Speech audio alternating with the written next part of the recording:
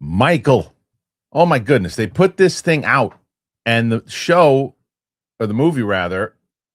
I mean, I saw the movie. I'm going to give my live review today. And I was like, okay, we'll see what people think about the movie. It debuts at 28% on Rotten Tomatoes. Is that crazy? How are critics reviewing this? Is the first thing I want to ask. Second thing I'm going to ask is, does the negative impact from critics mean anything about the box office? Because remember, people were talking about this movie could make $1 billion potentially. Is that going to have any impact whatsoever? We shall see. What else are we going to be talking about today? Shit, man. We got a lot of things to discuss. Roxy's got TV picks, so we'll be getting into that. What is this debate with Rocha and Kalinowski really all about? Mike weighs in. There's a new Spider-Man variant project. Mandalorian season 4 was going to be all about Thrawn and was going to set up Ahsoka season 2. Jon Favreau was talking about that. It's a lot of shit, man. It's a lot of stuff to talk about. So it is myself, Roxy Stryer, Mike Kalinowski. Let's get into it. You ready? Me too. Did you shit in there?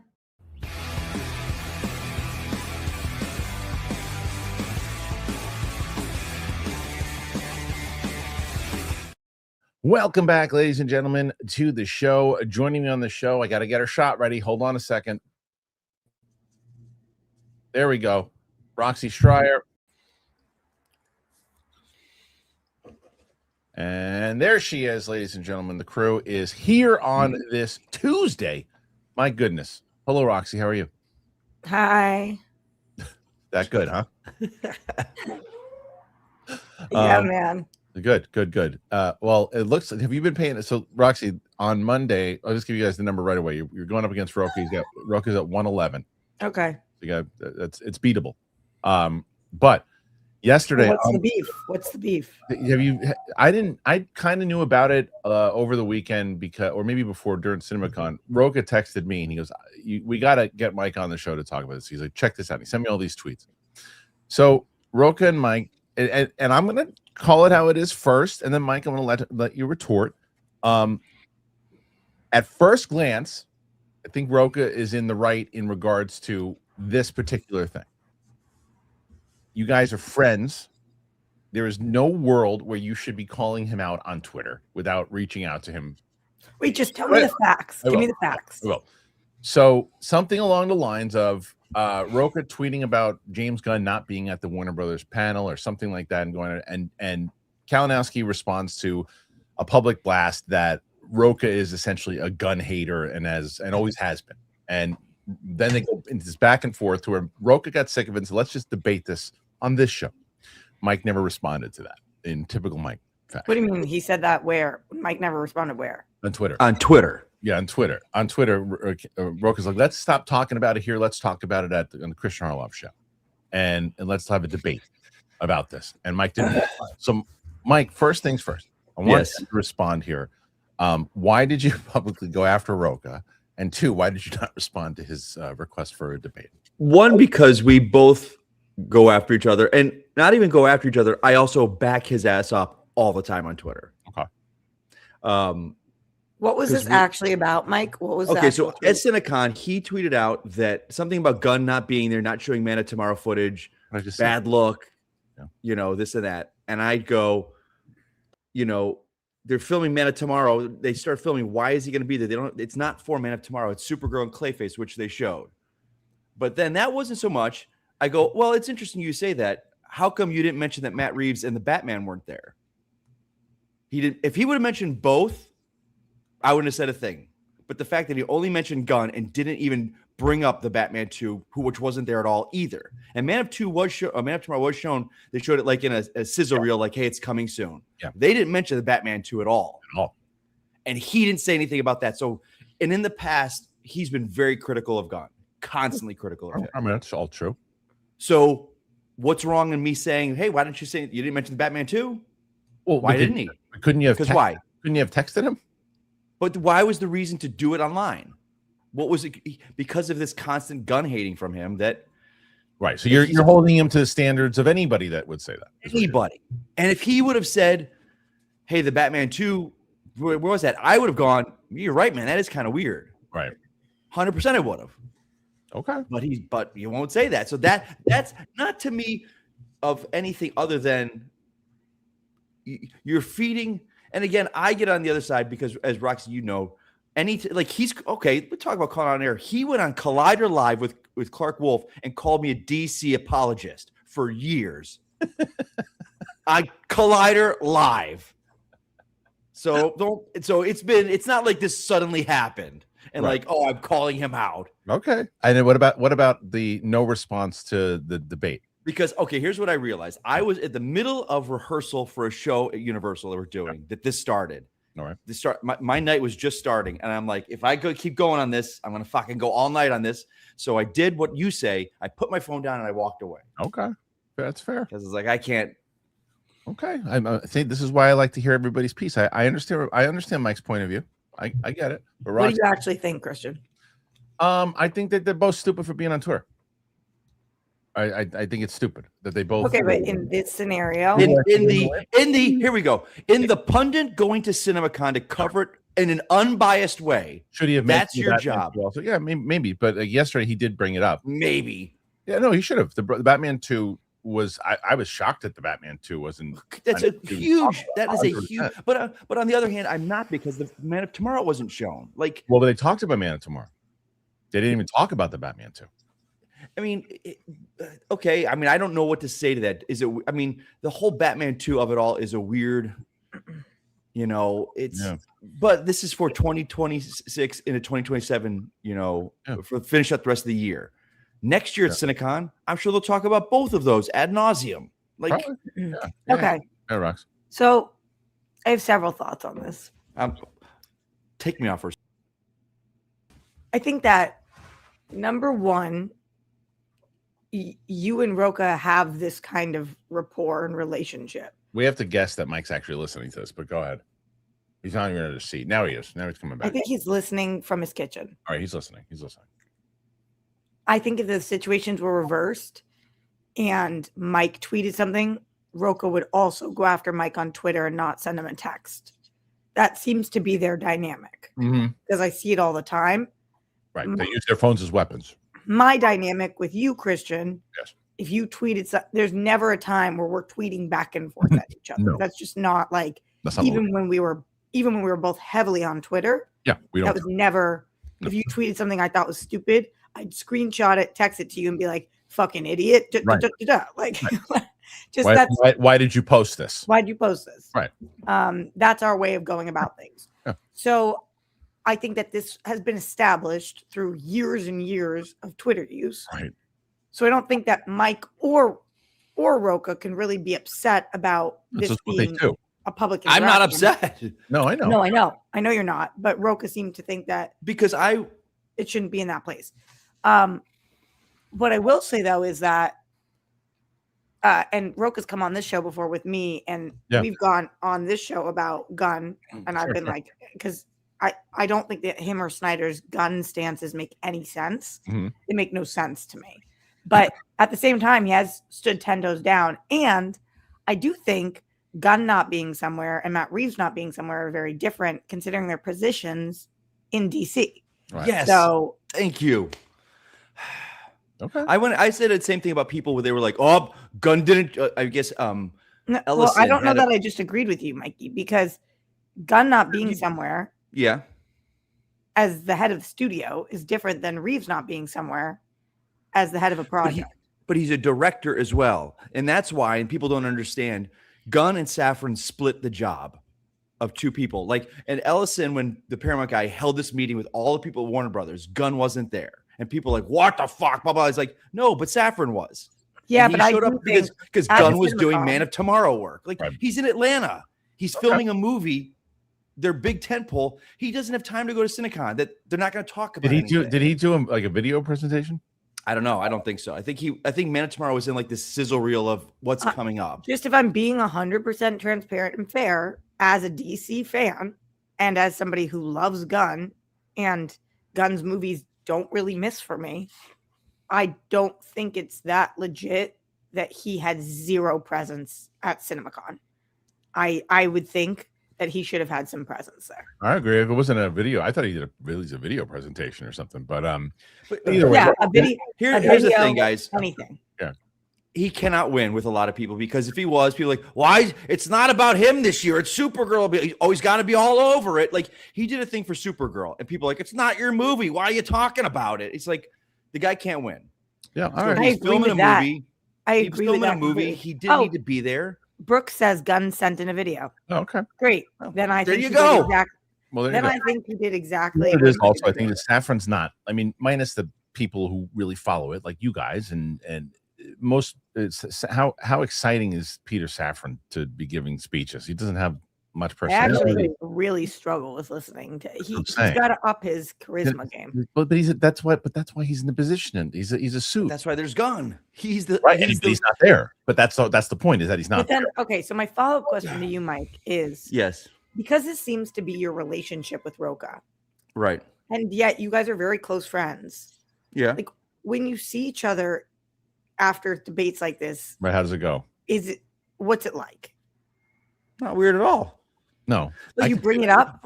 You, Harloff, you're like this little mastermind. You think about like you should be done this. Like you for years. Hey man, go tweet out at him. Get him going. When it benefited the Schmodown. When it benefited the Schmodown, it was okay. Our true friendship. The reason that Roke and I were so great together in the Schmodown is because of who we are and our friendship for each other.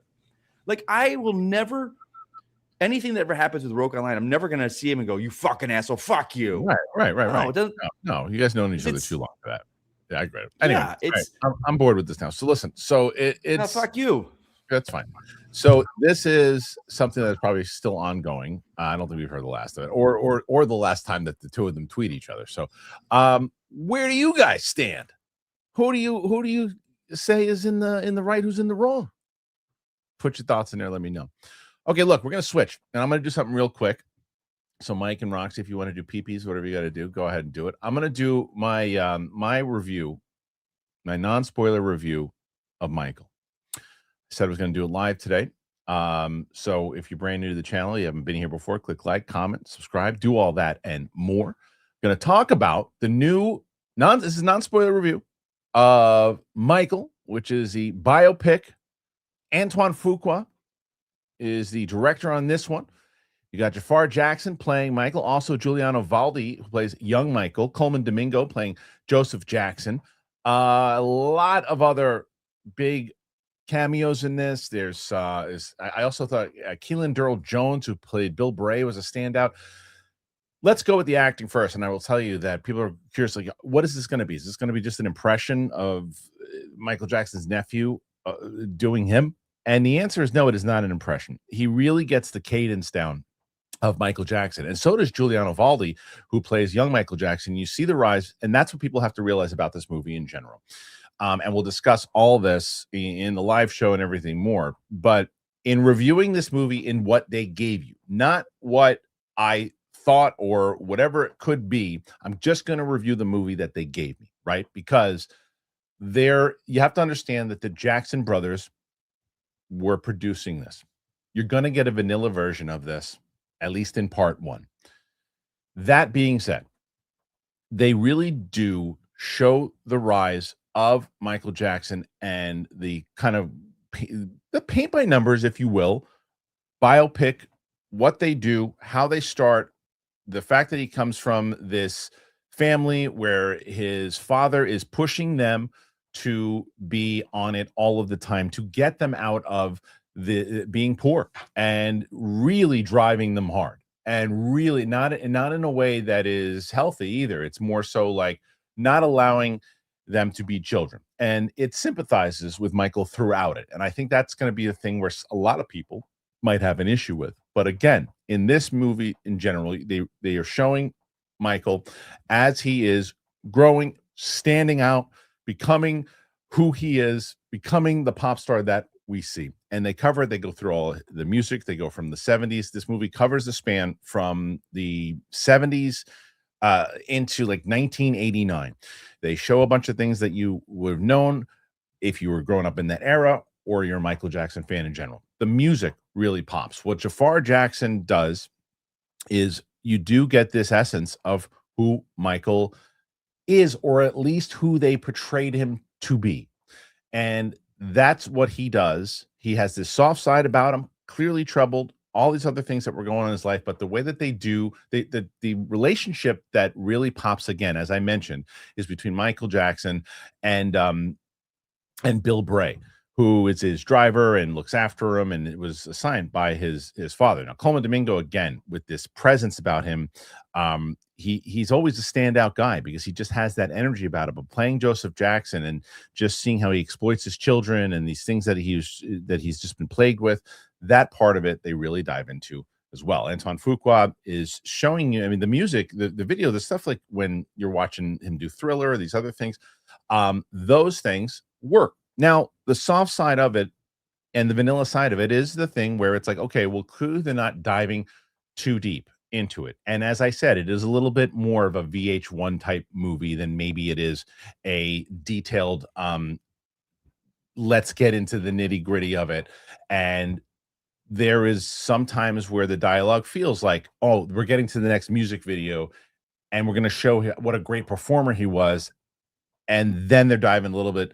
Not when they do go into the family moments, they have some things with the mom that really works, and then they kind of go away from it a little fast. So I think that the movie works. I think that what Antoine Fuqua does, he was given a directive, and in this directive, as a film, I'm going to say 3.4 out of 5. The performance of Michael, I would give a 4.5 to 5. Because I thought Jafar Jackson was so good. And the same goes for Coleman Domingo and everybody else, the supporting cast in general. But what will they do in part 2, as this is clearly set up for that? What are they going to do for part 2? And will they dive deeper? And will they go into more of a, some of the darker stuff that is out there? And how will they portray it? In what light? Again, with his brothers producing it, you can guess. So that being said, that's my review of Michael. Make sure you click like, comment, subscribe. Thank you for being here, and we'll see you next time. I did that for we're going to cut that out. So just letting the people know. Now I'm going to bring my co-host back in. I watched while I was in the kitchen. Okay. What do you think about the Rotten Tomatoes score? I think it's crazy.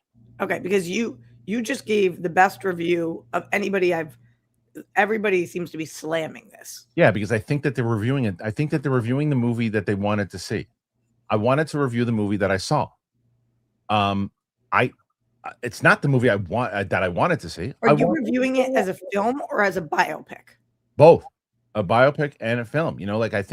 I think more so of a film, because the biopic in general, I'd start to cross over into that line of, well, that's what I wanted to see. Because yeah, look, it's the second, in the same way that anytime a biopic is produced by anyone in the family, they're going to protect the legacy. I think that even the estate or whatever. I mean, because even we talked about this Roxy and Collider Live with the Queen movie, right? Like Bohemian Rhapsody, yeah. Yeah, there was more to it, and there was more things there, and I think that this is the thing that people are going to have an issue with. And look, this is going to be a very controversial movie in general, because even when I did my out of the theater reaction, it was the Michael Jackson supporters or the people that were really against him having a movie in general and giving him guilt, right, and saying guilty, right? That's it. That's what the two sides of it. And I think that transfers over to the critics as well. And the critics are going to be like, because as a movie, I don't see how you could go as far as how it's actually made as a film. 20, what is it at now? It's currently right now, it's at 28%. I'm going to refresh it and see if it's changed since 28, but it's 31. It's gone up 3. It's 31% right now. So I don't know. Did you think it was entertaining? It was very entertaining. It was very. It wasn't dull. It wasn't boring ever. Never boring. That I don't know how anybody were people saying that it was boring? No, I'm just asking you. Oh, yeah, I didn't know if you saw some reviews that maybe said no. That. Okay. No, I think that a lot of people have a relationship with Michael Jackson, a parasocial relationship, or a relationship with. Yeah. Speaking of Collider Live, remember that's when the documentary came out from the two guys about Michael Jackson or whatever. I don't mean or whatever like that, but you know what I'm talking about. Yeah. And whether or not people want that in the movie, I don't know. Like, I do think it's fair that people let their opinions be colored. I think it colors every biopic that we see. Like The Dirt that we covered 2 months ago. Right. You know, who's doing it? I think it's people's right to say, I don't like this movie. I don't think that they shared enough about his life. It's too much fantasy. It's not enough reality. You don't think that's fair? I think that is fair.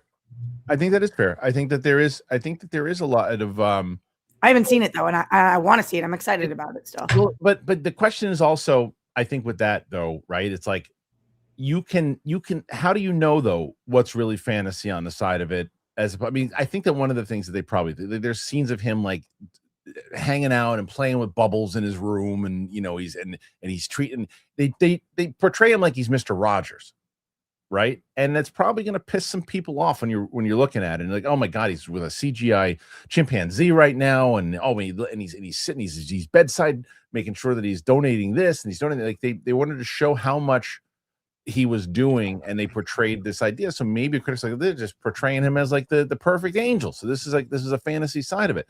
And the answer to that is might be very well be true, but I don't know. I wasn't there.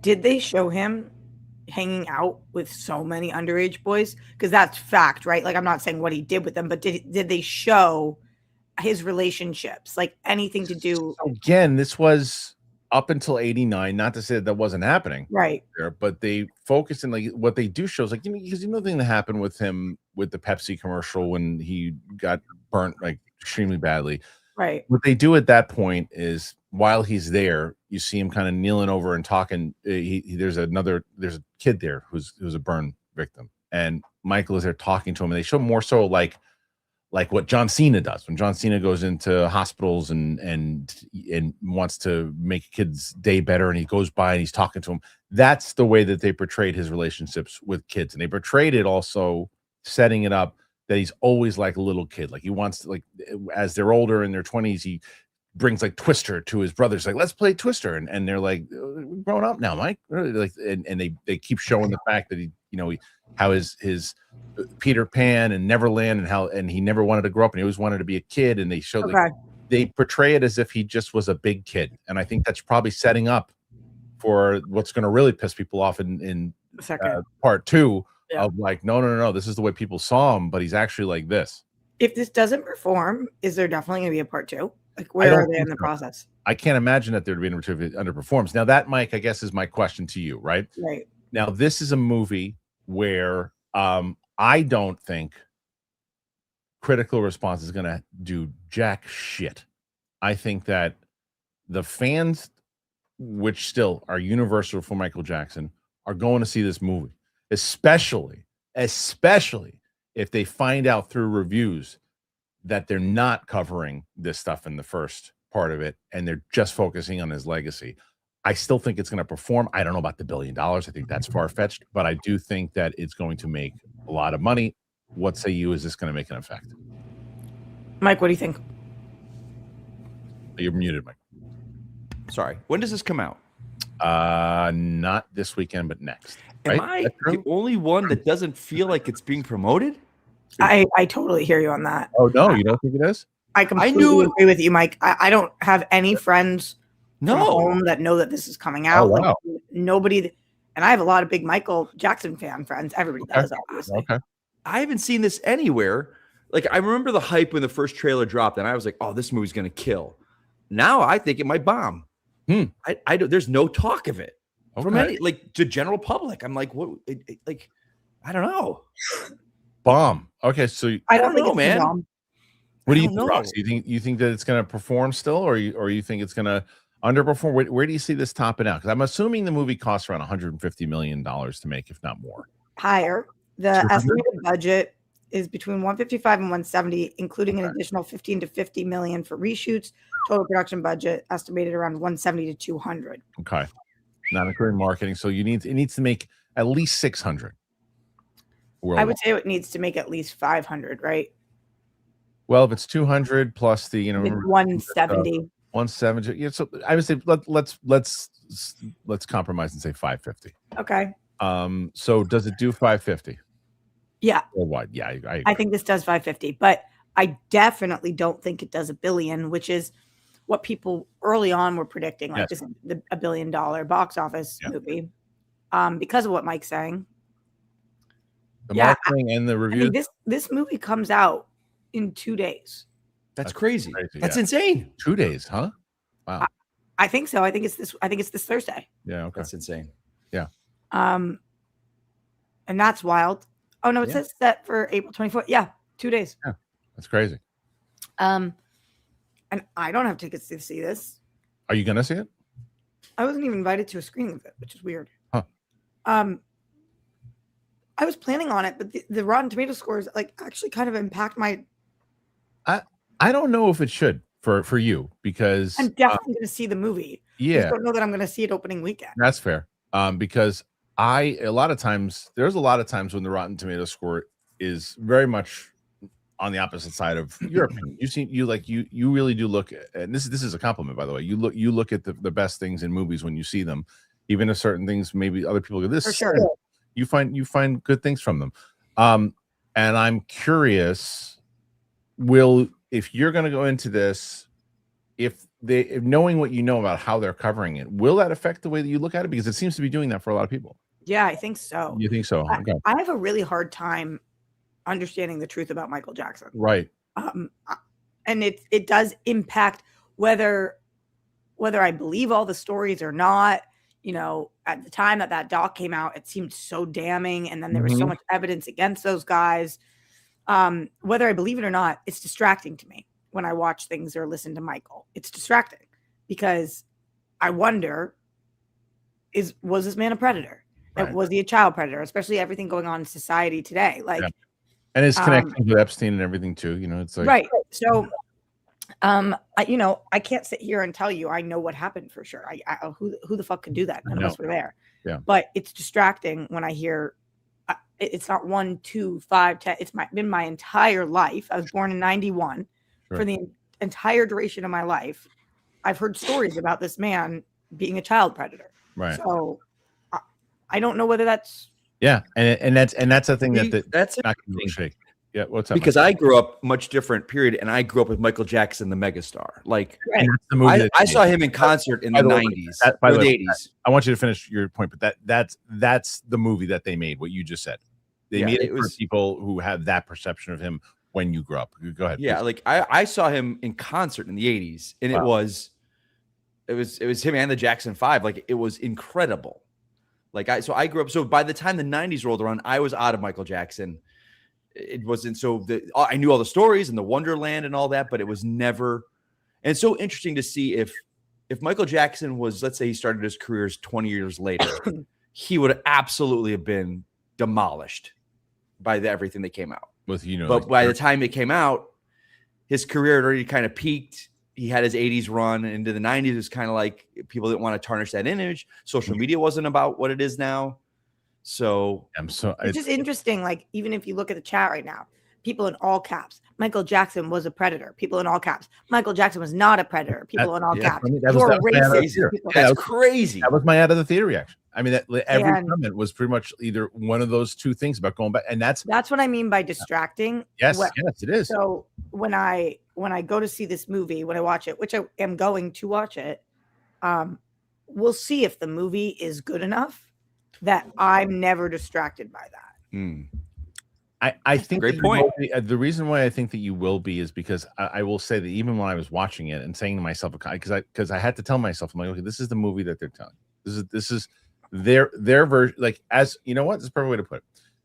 As you just mentioned, with the comment section, which every comment section on any video covering this is going to be, he did, he didn't. This movie was made by he didn't.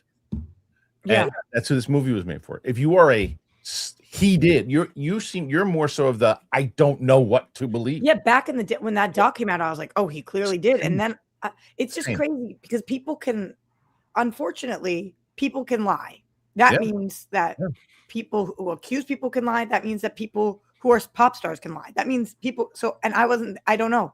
It really is. And it's so much more of a debate because it's like, okay, at the one point, it's like, well, maybe it was just like a Mr. Rogers guy. Everybody thought Mr. Rogers was creepy, and but he wasn't. Maybe he was. But then the other side of it, like, well, why did he pay a settlement to somebody who was accusing him? It's like, well, then there's all this, and there's so many different questions. You're like, I don't know. Nobody's really had proof. So like, it's anyway. The movie itself, we're going to see. Let me ask you guys. I'm going to put a number out there. Over under worldwide, 675 million for Michael. Roxy. I was gonna say, I think if this makes 700, they're really happy. So what do you say? 675 over under, where you stand right now. What's coming out next weekend? Against it, or you're saying following? I think Devil Wears Prada is the next like big release past this one. That's what I was saying. I don't think that will really impact anything. Not really. Not to the fans itself. There's really. Yeah, it's Devil Wears Prada 2 is May 1st, Mortal Kombat on the 8th, and then The Mandalorian and Grogu. Good timing for it. Yeah. So what would I'm going to say over. I think that this is going to hit 700. Okay. Mike? And then they're going to be stoked. Over, under? 670. Under. Okay, I'm going to go over. Under. I'm going to go over. So Mike's under. I don't think Mike's crazy, though. I think Mike's crazy. I don't think he's crazy. I'm just going off of just pure what's out there, what's people talking about, how do I feel, it's in the air. You know what's the question? What's it tracking right now? Does anybody know what it's tracking for? I think opening weekend was tracking pretty well, I think. Yeah, so I don't know, like I wonder now after the reviews and stuff too, but I wonder. Anyway, okay, listen. That's our thoughts. That's my review on it. That's our thoughts on it. What do you say? Do you think it's going to do pretty well? Put your thoughts in there. Let us know. We got more to talk about, man. Roxy's got TV coming up. I want to talk about some of the just mentioned Mandalorian and Grogu. There's some other stuff about the scrapped season, how that played. So we're going to get into all of that. But first, I want to tell you guys about Rougiette. I want to tell you about Hims. Right back. Life comes at you fast, man. When you're busy and things just kind of land when you're not expecting it. And it all happens like at once. Doesn't matter if it's work, relationships, everything else that you have on your plate. You want to know that you can show up when it counts. And that includes the bedroom, everybody. Things aren't working the way that you used to. You don't have to accept it. Rougiette, they have treatments that can help you get hard, stay hard as long as you want. Where there's occasional trouble or something that's been building for a while, their doctors work with you to find what fits your body. Their best-selling treatment, which is Rougiette Ready, it combines 3 clinically proven ingredients in 1 minty dose that dissolves right under your tongue. It increases blood flow and primes your brain for arousal, so you're ready physically and mentally. Most men are good to go in about 15 minutes with effects lasting up to 36 hours. Timing is your issue. Rougiette has Go Long, which is a 2-in-1 treatment that helps you get hard, stay in control when you finish. Over 400,000 men have already made that switch to Rougiette. Getting started is very simple. Rougiette connects you with a board-certified doctor online, and treatment ships discreetly to your door.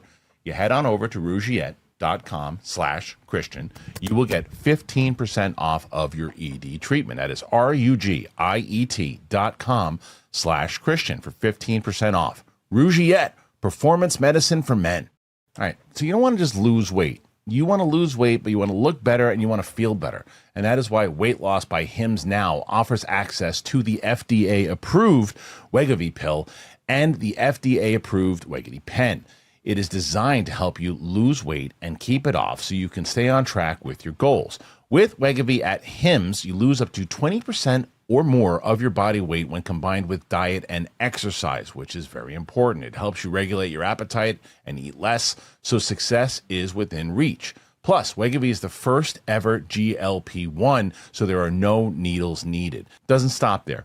Hims makes hitting your goals seamless by offering access to 24/7 messaging with your care team and in-app lifestyle and nutrition support like recipes, meal plans, fitness videos, sleep content, and more. So if you're ready to reach your goals, you got to visit hims.com/Kristian. Get a personalized, affordable plan that gets you. That's Hims, HIMS.com/Kristian. Hims.com/Kristian. Weight loss by Hims is not available in all 50 states. Wegovy is a registered trademark of Novo Nordisk AS. To get started and learn more, including important safety information, Wegovy clinical study information, and restrictions, visit hims.com. Well, thank you to Hims, and thank you to Rougiette, as I mentioned. You guys giving you some options, some deals here. Go into the description. You want to help us out and help yourself out? There you go. Keep the show going. Okay, so let's move on. Let's get to some stuff. We got The Mandalorian and Grogu coming out soon, and now there's a lot of coverage as it's getting closer. And one of those things is Jon Favreau talking about what was going to happen, what was going to be season 4. We know that it was a scrapped. This movie is basically a season that was turned into it, but the plans were different. So let's talk about what Favreau said. Okay.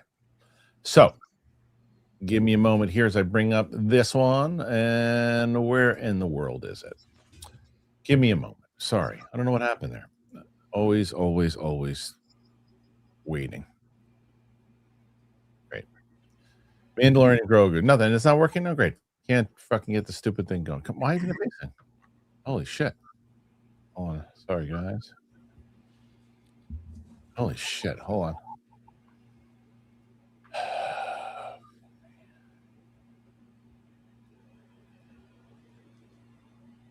Good.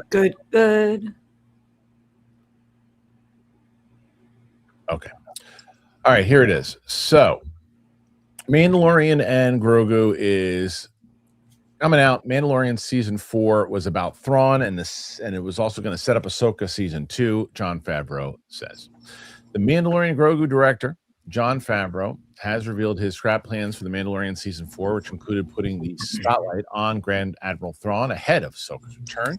When Bob Iger returned as Disney CEO, he prioritized box office revenue. It's killing me here, Michael. I know it's not right. It's Roxy. Sorry. Okay. So when Bob Iger returned as Disney CEO, he prioritized box office revenue over boosting Disney Plus subscription numbers by pulling the plug on his predecessor's seemingly endless streaming offerings. With that, a planned Moana TV series became the theatrically released Moana 2. Much has also been said about The Mandalorian Season 4 evolving into The Mandalorian and Grogu, a movie that arrives in theaters next month following a 3-year absence for the show. While the series hadn't started shooting yet, the prevailing belief among Star Wars fans seems to be that filmmaker Jon Favreau was tasked with taking his season 4 scripts and condensing it into a 2-hour movie. Not so. While the entire season had been written, Favreau went back to the drawing board to tell a vastly different story from the one he had planned for streaming. Okay. You can't just take those scripts and turn them into a movie. There are a lot of characters. It assumed you'd watch the whole show, and it was teeing up what was happening moving into the second season of Ahsoka. It was about Grand Admiral Thrawn and following the larger storyline of this era of the Star Wars timeline. This is a completely different medium. So I had to start from scratch, essentially. There were certain things I wanted to pursue, like the idea of Grogu being the Mandalorian's apprentice. As long as you understand the archetypes of this hardened warrior with this vulnerable young apprentice, you'll know these characters well, even if you've never seen the show. There's still a lot of Star Wars in there. You're going to see where things are going, but that doesn't diminish from the experience of watching it as a standalone film. It's not hard to wonder what might have been, and the idea of Din and the child dealing with a returning Grand Admiral Thrawn and his undead army of stormtroopers, assuming that's where things were heading, is undeniably exciting. Now, the duo will be kept separate from whatever Dave Filoni has planned for Ahsoka Season 2, though the door may be open for them to make a cameo appearance in the Disney Plus series. We wouldn't bank on it, though, because it seems that Disney's hope is for The Mandalorian and Grogu to launch a new big screen franchise. I don't know if that's going to happen. In The Mandalorian and Grogu, the evil empire has fallen and Imperial warlords remain scattered throughout the galaxy, yada, yada, yada. I think that's a stretch to say that you're going to start a new franchise here. I don't know. You guys know way better than me. I need to hear your guys' thoughts on this because...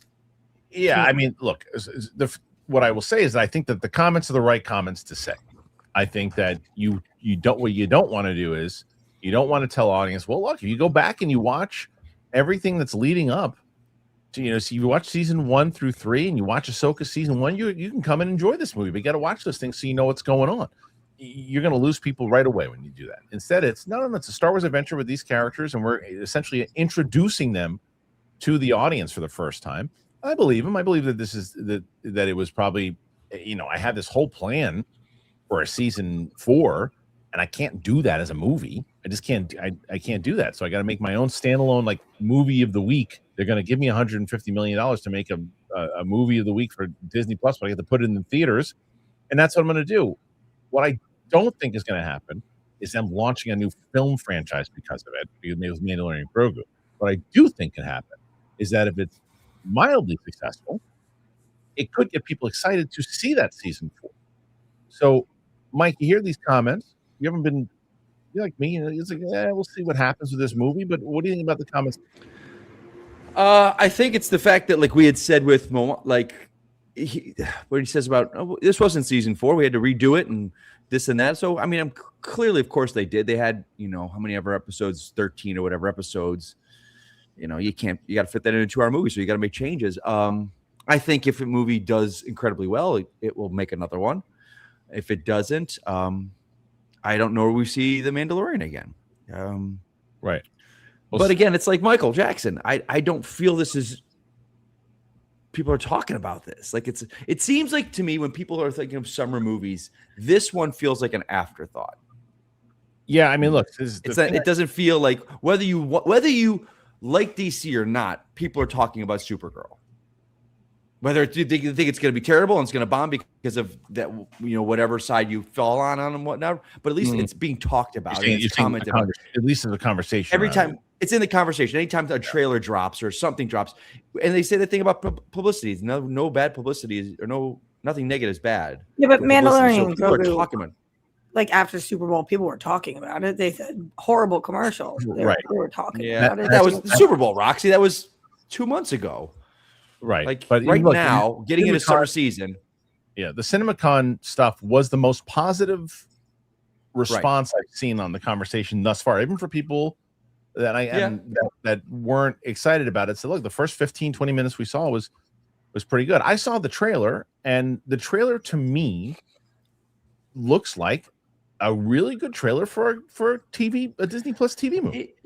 It's hard because we fell in love with these characters, and I mean, God, do you remember? God, it sucks.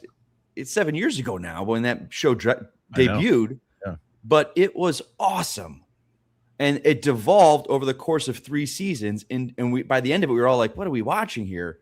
So it's kind of hard. It's not like they ended 3 fantastic seasons. Like, oh my God, we're getting a movie. Right. Hell yeah! Now we're like, I agree with you 100%. But do you see though how if this one does recapture that feeling of 1 and 2 that you might get people excited for season 4?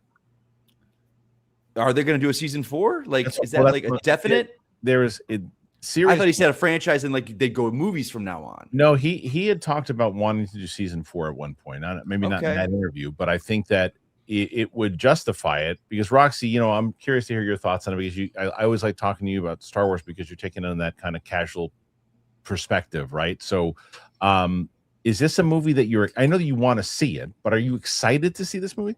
Yeah, you are. Okay. I really dug the most recent trailer. Okay. They're not going super plot heavy, but like, yeah, I love Sigourney Weaver and I love Mandalorian Grogu. So like, watching it felt way more cinematic than the show did in this most recent trailer. But I haven't spoken to one person who feels the way that I do because all of my friends are such diehard fans. Yeah. It's you guys, it's DJ, it's Steph Sabra, and so I'm on a little bit of an island here, but yeah, I'm stoked about this movie. And I honestly think there's probably a lot of me out there, even though I'm not friends with them. Disney hopes so. Yeah.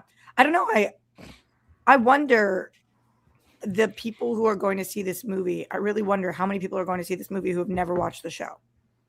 I think that you might get kids in there to see Grogu. Because they're what they are marketing with, and smartly, is Grogu, right? They're marketing with him. Yeah. So this is another one though that just needs to make, between $400 and $550 million, right? Or whatever it needs to be. I think it's going to do just around in the 400 range worldwide is what I say. If it gets to 550, I think that's the ceiling. But if you get to that number of that 450 to 550, that will allow you to make a season 4. I don't know if it allows you to make another movie. I think that'd be stupid to make another movie. You should just focus on what you got going on with Starfighter and everything else moving forward. But there are some people out there, and I've been calling them out, saying that this movie's going to make. I thought you're not supposed to call people out on Twitter. Not by name. Not by name. I've seen people saying they're going to make $1 billion. This movie's going to make $1 billion. At one point, no world. At some people were saying $2 billion. Are you out of your? No, I didn't say that. Fucking minds. And so they and are then those people. What walk of life are those people from? They're in this space. Fantasyland. They're in the space and they're Star Wars fans, and they still Here's the thing. Thinking that this movie's going to make $1 billion. I said I will never go to Vegas with these people ever. I don't see a Star Wars movie making $1 billion ever again. I don't agree with that. What's up? I said I don't agree. You don't agree with that? No. Well, let me say why. Let me say my point. Because the 3 people that you have involved with Star Wars that are Star Wars, what it is, 2 are, one is no longer with us, and the other 2's characters have been killed. So you're not bringing them back to get a Downey Jr., Chris Evans type Marvel. Hey, we got to bring the fans back. Movie. And you think so you're saying without them, there's no way to make $1 billion? Well, I'm sorry. So They were in Carrie Fisher. I don't know well enough to know if you're talking about actors. Carrie Fisher and Harrison. Carrie Fisher's passed, but neither one of them Skywalker and Han Solo are killed. I guess Carrie Fisher was kind of in Rogue One, kind of. We're not doing that. I'm not. Right. We're not doing that. But Rogue One made $1 billion without them. Yeah, but Rogue One was in the height of their movies out. No, you're missing my point. Yeah, that's saying that Rogue One came out. I'm saying now after that has been diluted. Yes, 100%, dude. I don't, dude. Let me finish. Oh, sorry. Do you see that thing recently they did with Star Wars? This is an official Star Wars product. They're releasing these jackets into they're coming out, and they're blind boxes, so you don't know what you're getting. There's 6 of them. They're doing 6 Star Wars movies. Which 3 did they not include in these? The sequel trilogy. Like they are. And I read this fantastic article on everything that Disney since then, because of Galaxy's Edge, they pinned it to the new trilogy, and Chapek's kind of his mantra was, we're going to make people forget about the original trilogy. We want people to forget about that. And this is Star Wars going forward. The way that's hurt the brand of Star Wars so much so that I don't think it ever recaptures the magic of what it was. I don't think it ever does. Ever. Yes, I don't. Again, against my better judgment, because to me, I love Star Wars without the Skywalkers in it. But it's so intrinsically tied to that, and it's the past 7 years. You have to look back. Like, I don't think Marvel is what Star Wars, like, as far as damaging a brand. I don't think Marvel did that. I think Marvel tried to do stuff differently because they wanted to, because they could, and it just didn't work. Whereas Star Wars. Because they had enough. Marvel had enough hits. Star Wars didn't have enough. Sure, Star Wars also $17 billion of hits. Roxy, go ahead. But Star Wars, let Roxy go. Go ahead. Star Wars doesn't have as big of a barrier to entry as Marvel does at this point, and I think that will really help it with the younger audience, because people can kind of just start with Starfighter. They can just kind of jump in. Marvel, they have a really hard time ever giving an entry point for people, for new fans. Yeah, I mean, look, here's what I'll tell you. What I think is going to happen, though. You don't agree with that? I don't think so. You think someone could just jump into Doomsday and be as invested as but that's because Marvel's not doing. Marvel hasn't needed, like, they've never had a break. That's like saying that the original trilogy kept going, but they stopped for what, 15 years before they even did the sequels. And then it was however long until they did the new ones. It was like they had these big breaks. Marvel's still going. Not knocking Marvel. No, I know you're saying, Russ, but I think when they get to the X-Men, the new X-Men, then that's when you can jump in. That'll be a jumping on point. Yeah, for sure. They haven't had a jumping on point in a bit. I think that's what Mike's saying too. They just haven't had a chance to quit. So you're both saying the same thing and agreeing with each other. But I will tell you that I think that I want to revisit this conversation, Mike, with the $1 billion thing after Starfighter, because that to me is good, because I've said this on record many times. Mandalorian Grogu is not an indication right now if Star Wars is a really hurting theatrical brand. It isn't yet, because the reason why they went into this business venture for Mandalorian and Grogu at $150 million is because the business side of it is, let's make at least $500 million on it, call it a day, make a little money on it, put some money into the show. Great, that's a win. Now, it's not a win in the overall brand of things. You couldn't imagine Star Wars not making $1 billion, and people go, "Oh my God, I made less than Solo," when they're not really understanding how math works. But it's Starfighter. If Starfighter is out the gate and is tracking Mike low at like same thing, now that movie's going to cost $200 million plus, if not more. If that movie only makes $500 million, then I start to go, Mike might be right here, at least in the time being with the current regime, unless they get their shit straight. Yeah, just I mean, look, let Roxy go. I was just about to say there's decades more past this regime. I just don't ever believe in ever. But let me ask you this: do you guys think that Spaceballs 2 will make more than Mandalorian and Grogu? No. You think no world? No.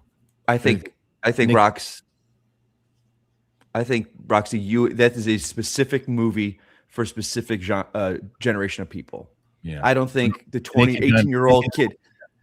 Yeah, Nick is going to prove that. Like Harloff, you went nuts for that movie. I thought it was good. I feel the hype killed it, but Gen X or Gen Z or millennials, they didn't care. They didn't go see it. Like this Spaceballs, we'll laugh at it, but the 18-year-olds on TikTok aren't giving a shit about Spaceballs. Not flocking out to see it in the theater, at least. No.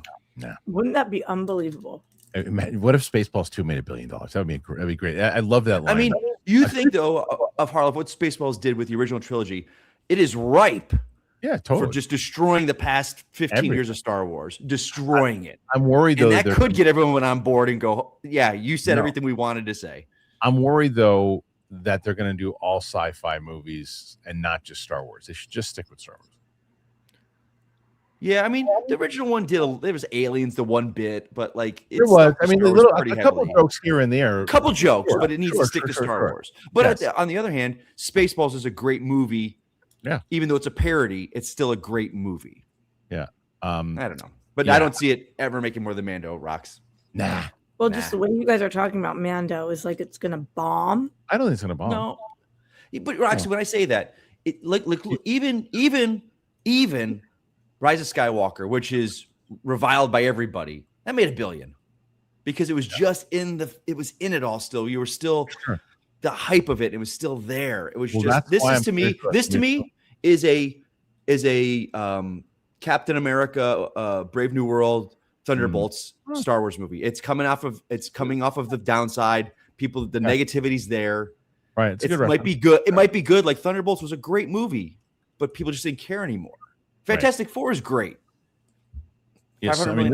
This is why Starfighter is so important. It's so important because it's going to set it up like 5 or 6 years after the new trilogy and introduce new characters and really show if Mike is right or wrong. Because if Mike's right and you don't have these kind of characters in there and some of the new trilogy characters show up and nobody gives a shit, then they've just got to reboot.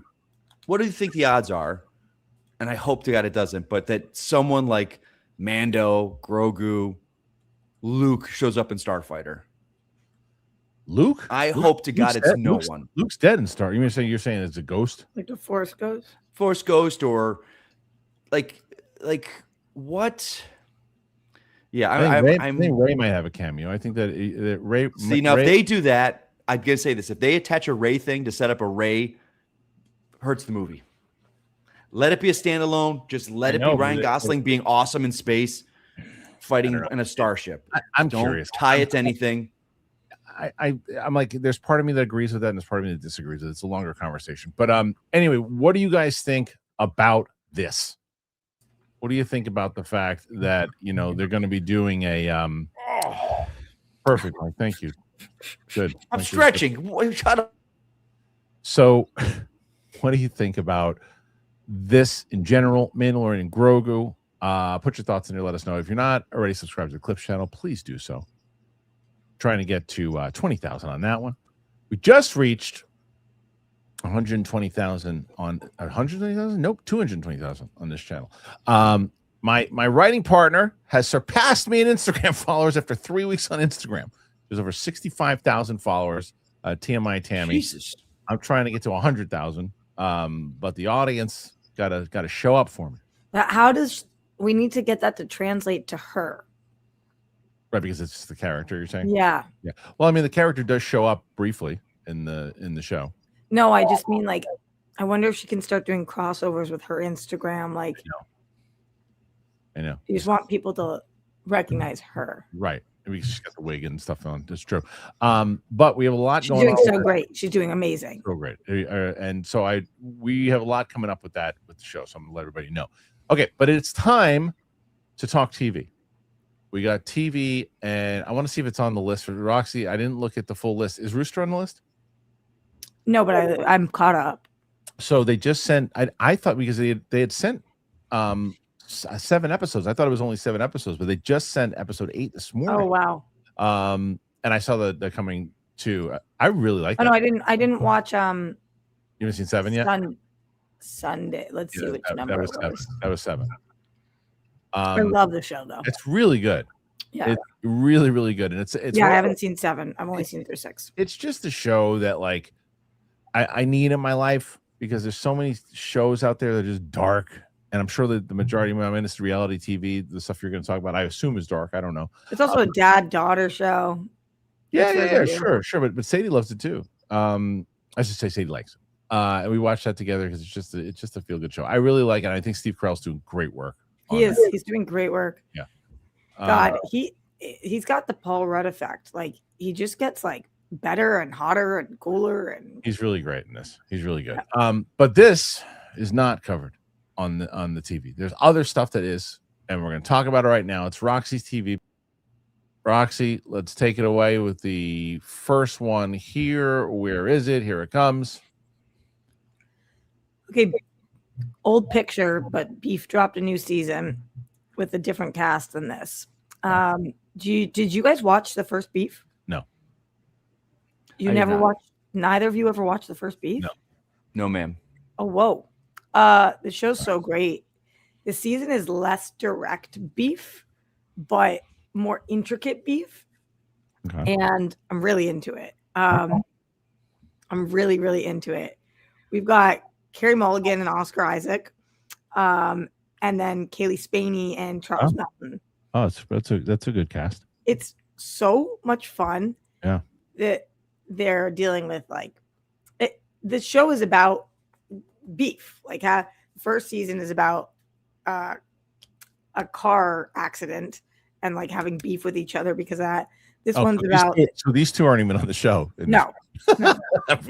Awesome. No, they were season 1. Season 1. So it's an anthology. It's an anthology of beef. Yes. Okay. Which is why I think you guys would love it. Like, and like the beef always starts petty. Next season is Roka. Next season, Roka and Mike. Beef. Yeah. The outlaw and killer.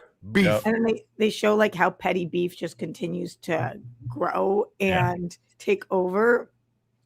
It's fun as hell. Okay. Love the show. All right. Next one. I just Marco's watched. got money trouble. You just watch this? I watched the beginning of it. I bailed. Yeah, I wouldn't recommend this to you. Yeah, I bailed. It's based on a book. Apple's putting a lot into this show.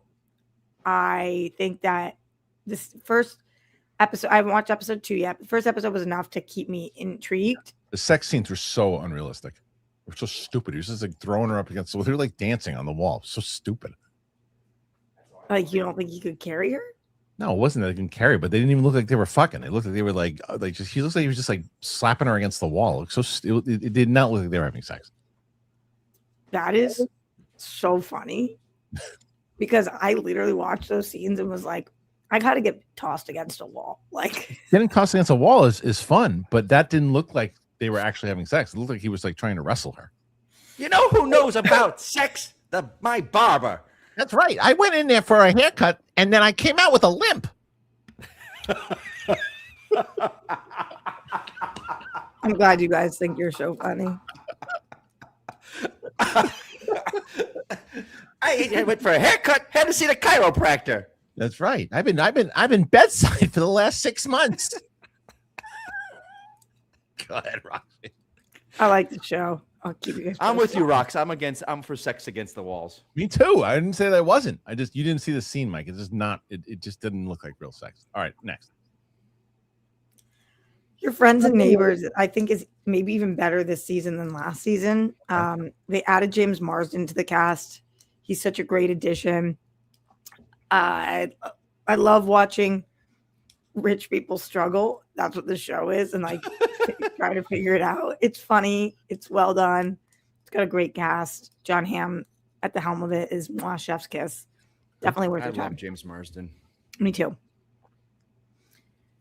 Man, Euphoria has completely changed the kind of show it is for this season. Yeah, you said it was like a complete crime drama. Yeah, it's an absolute crime drama. Yeah. To the point where DJ Wooldridge, who friend of the show and friend of mine and Christian's, he watched the first episode of the season 3, having not seen the show.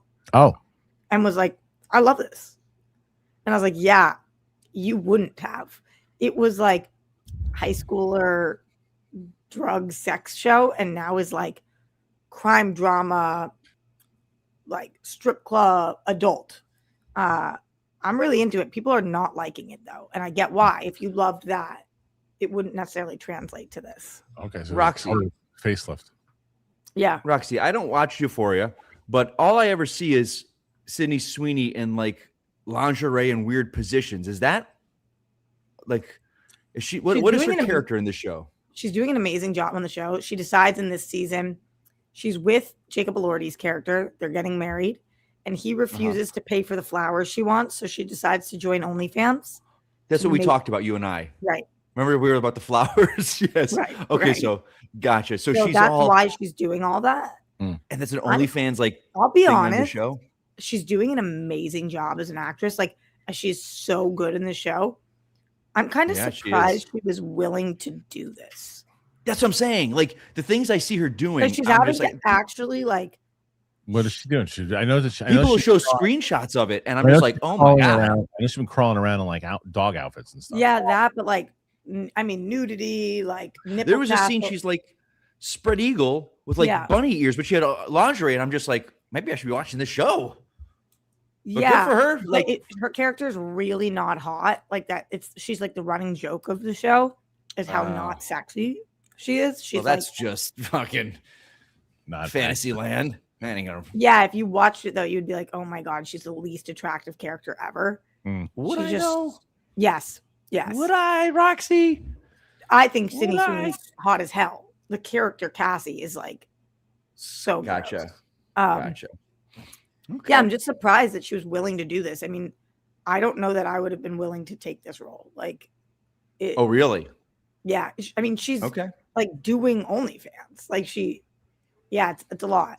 All right. Okay. All right. Next one after. There's 2 left. You guys are watching Daredevil, right? Yeah. Yeah. Caught up. I'm not. Oh, actually, I'm caught up. I mean, I'm actually one ahead. I watched tonight's episode of The Job. Dude, I cannot wait to watch what Kingpin does at post Vanessa. Oh yeah. And so that's well, I don't want Mike to know, but I mean, it's got spoiled online already for me. I saw a screenshot. It's good, Roxy. What happens next? It's good. I'm so excited. I'm really liking this season, and it was the best episode yet. So it's getting better and better. All right, last one for now. Man, The Boys has me on the edge of my seat. I'm so excited. I don't know what's going to happen. I really hope that we take him the F down. Liking the season way better than last season. Good final season so far. All right. Well, there you go. This is Roxy's picks, everybody. So make sure you, if you haven't already, subscribe to the Clips channel where we put a lot of the Roxy picks. Make sure you also throw in some suggestions for Roxy as she likes to take them. Love that. Thank you, Roxy, for those as always. All right, guys. 34 going into the Roka battle.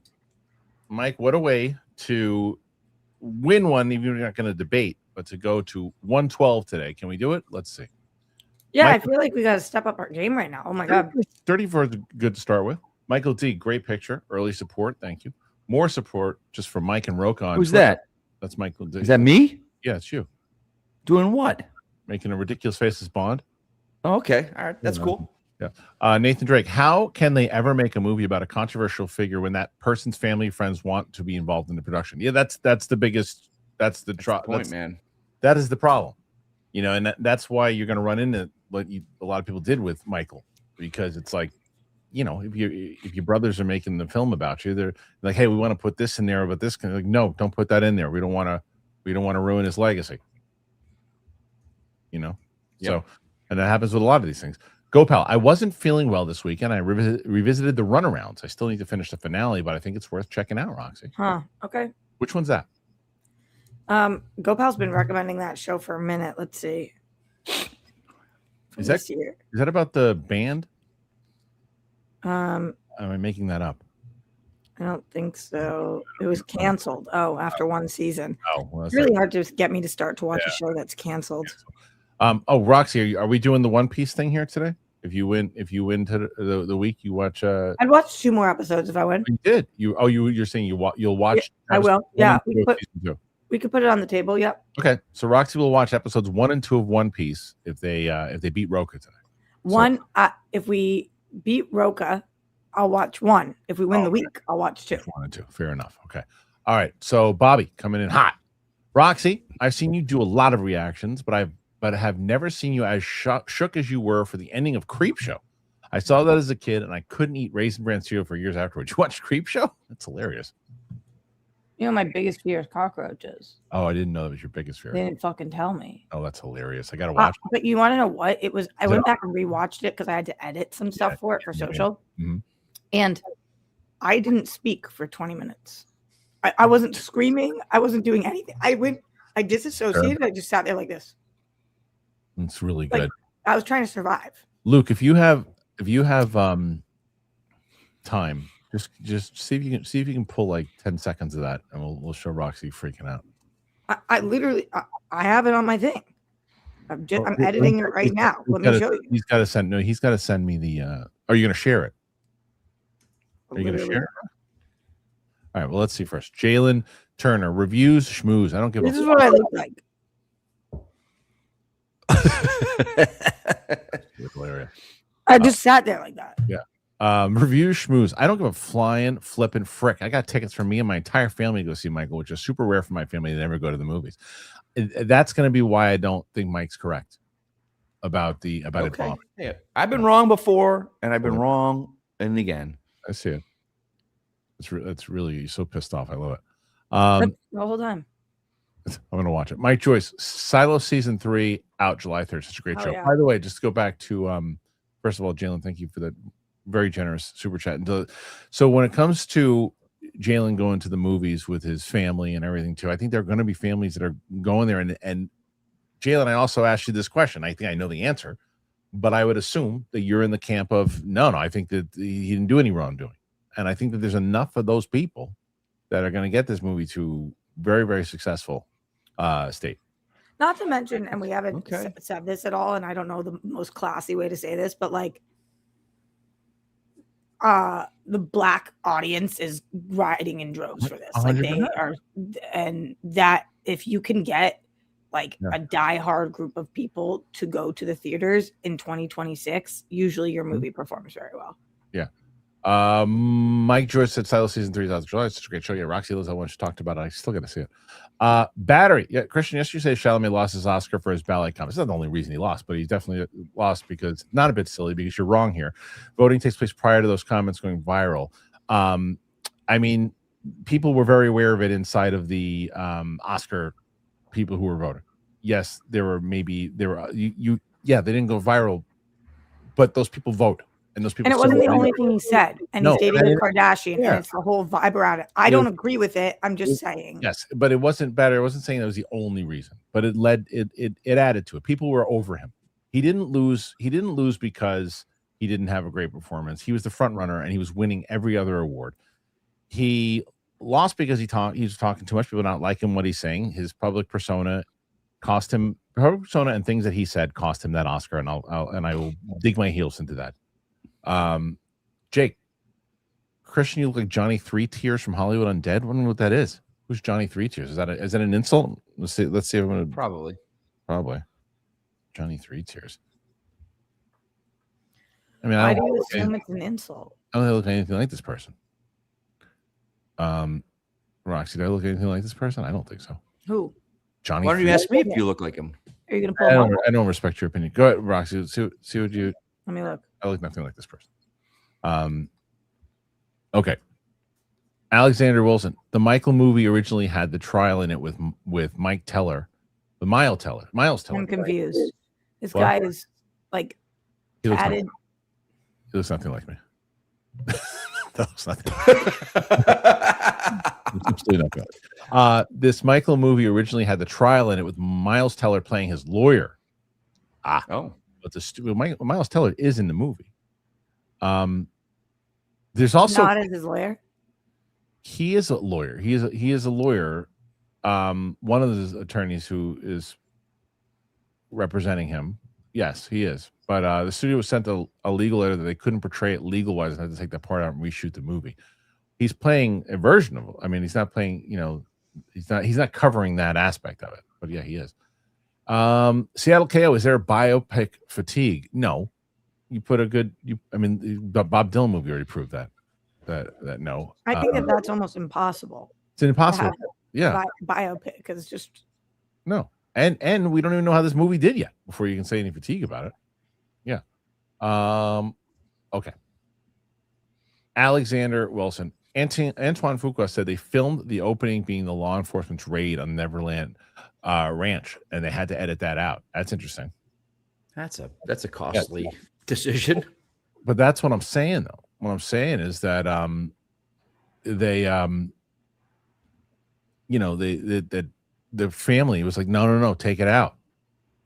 You got to be handcuffed as a director at that point, Yeah. Eamon Mash. Too many people mistake biopics and documentaries. I mean, what's funny is Bonnie Somerville texted me yesterday. She said, like, how did The Rock not win for the Smashing Machine? I guess she just watched it yesterday. And I said, I never watched it. He's really good in it. You didn't, Rox? No. He's really, really good in it. But the reason I said, look, first of all, it didn't do very well. That's part one. Part two is that if you watch the documentary, they pretty much just reshot the documentary as a feature film. It's the same movie. So that case, biopic and documentaries, Smashing Machine is kind of like the same exact thing. 28 Vasco. I'm a huge Michael Jackson fan, but not a delusional one. I don't shy away of the dark complexity of his life and career. That's fair. Curious to what you think when you see the movie.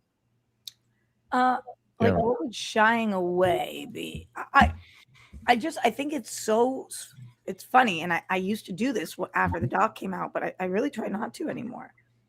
For people who are like all capitals, this is what happened. Like, I don't know. I don't think any of us are shying away. It's just like IDK. Yeah, that's what it is. I don't know. Okay, let's see. Next one. All right, so far as we are now at 41, we get to the next one, 28. And having fun.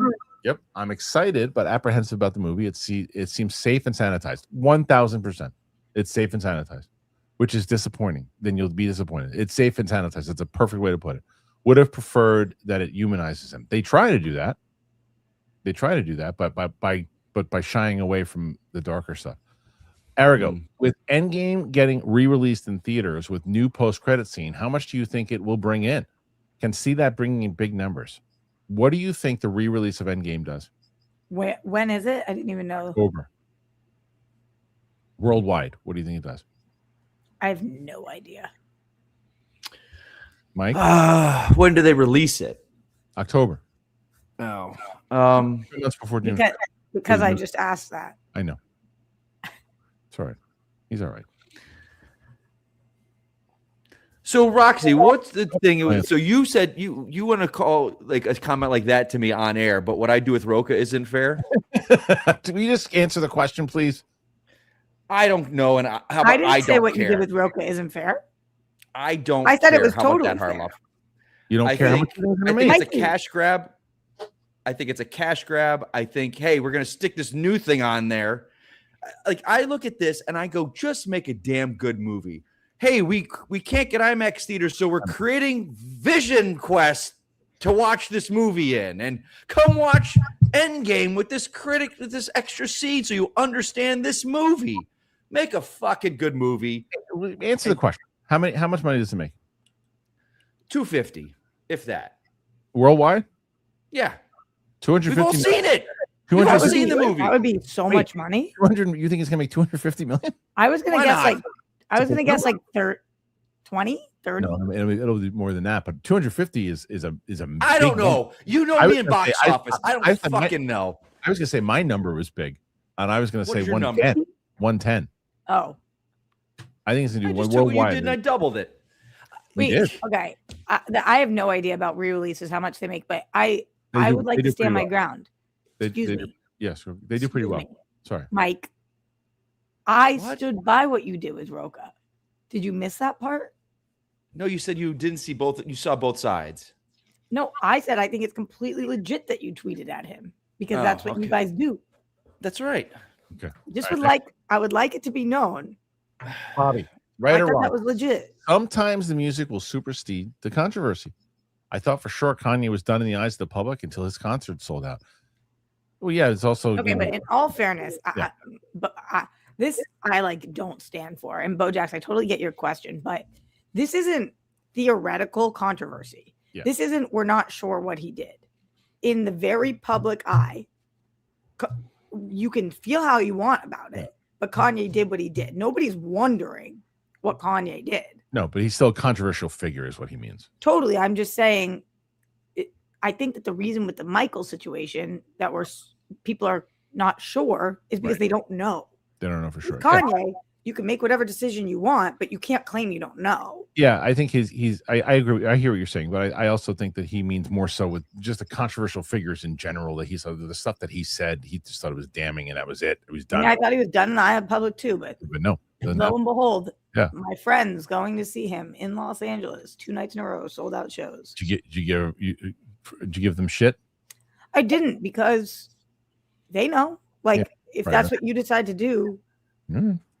Roxy? Yeah. Let me ask you something. So dealing with that situation, I think I feel the same way, and I have no skin in the game like you do. I mean, but watching the people for Chris Brown, watching the throngs of people, like I watched this video of him. He was kind of like walking somewhere, and the throngs of women following him, knowing it's not an opinion, the fact of what he does and how he treats women. And it didn't stop. That's the problem. Oh my God. I know. Insane. People who are like, that was years ago. And it's like, but have you stayed up to date with everything he's done since? It's continuous. Yeah. It's crazy. It's crazy. Well, look at all the people that support Paul Rudd. Just kidding. All right. So next one after that. You take my king's name out of your mouth. Mike Joyce, sounds like the music movie to see this weekend is Mother Mary. It looks incredible. Yeah, I know. I missed the freaking I had a random screening problem. It's a Anne Hathaway movie, and she's supposed to be incredible in it. Yeah, I want to see it. I want to see it. All right, next one after that. Red carpet talk. I think there's 3 biopic types: traditional, Selena and Christy; epic, Amadeus; and subversive, Beautiful Mind. I tell you, these are my favorites of each type. It's a great. That's absolutely. Where does Springsteen? That's true. I would have liked to seen a traditional of Bruce. I guess it's somewhere between traditional and subversive, because it kind of like was such a small chapter as opposed to Selena and Christy. But true, I would have liked to see the traditional for Bruce. Renee Reyes. We don't always know the full truth. Most of what we believe comes from what we see and hear. Fair. Take everything with a grain of salt and form your own view. I'm excited for Michael, and it's going to do 800 million plus. I wouldn't. What's funny is that I would be more surprised if it bombed than if it made 800 million. Yeah, me too. Just because of the built-in audience, right? But if this movie does make $1 billion, yeah, I think it will be very telling.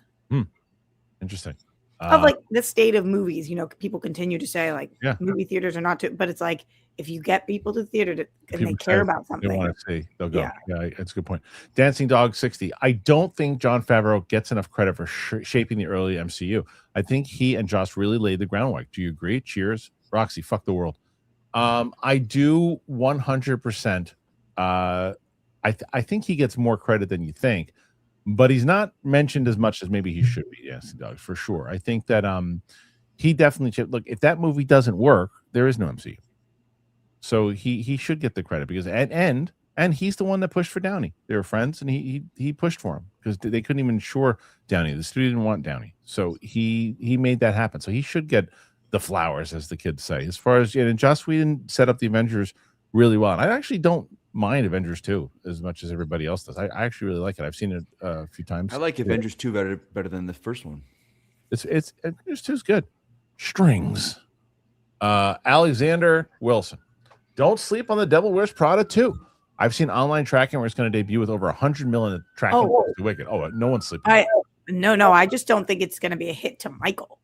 It's a different audience. Yeah. I mean, I could not be more excited about The Devil Wears Prada 2. Yeah. My ass will be in that seat. Yeah. I've seen like bits and pieces of the first one. I got to react to that one before I see, because I'm going to see the second one next month. It's so good. Beyond. I got to see it. I'm assuming Steph has seen that, right? Yeah. Dancing Dog 60. I couldn't care less about Michael Jackson myself. Fair. And I think there's going to be a lot of people that feel the same way. Thank you, Motown Mo. Bobby, if they are able to make the Mandalorian movies for less money and make profit, I can see them making it a safe movie franchise for them instead of going back to Disney Plus for more seasons. I don't think you're wrong if the movie makes about $750 million. Because if it makes that much, and it does 750 to 800 million, then that would justify making a second one for the amount of money that they have. But for 375, 550, no thanks. Plus, they need more content for Disney Plus. Parker Haller, Michael reviews read the same as Bohemian Rhapsody 2018. Is that true? But the Bohemian Rhapsody 2018, were the reviews not good?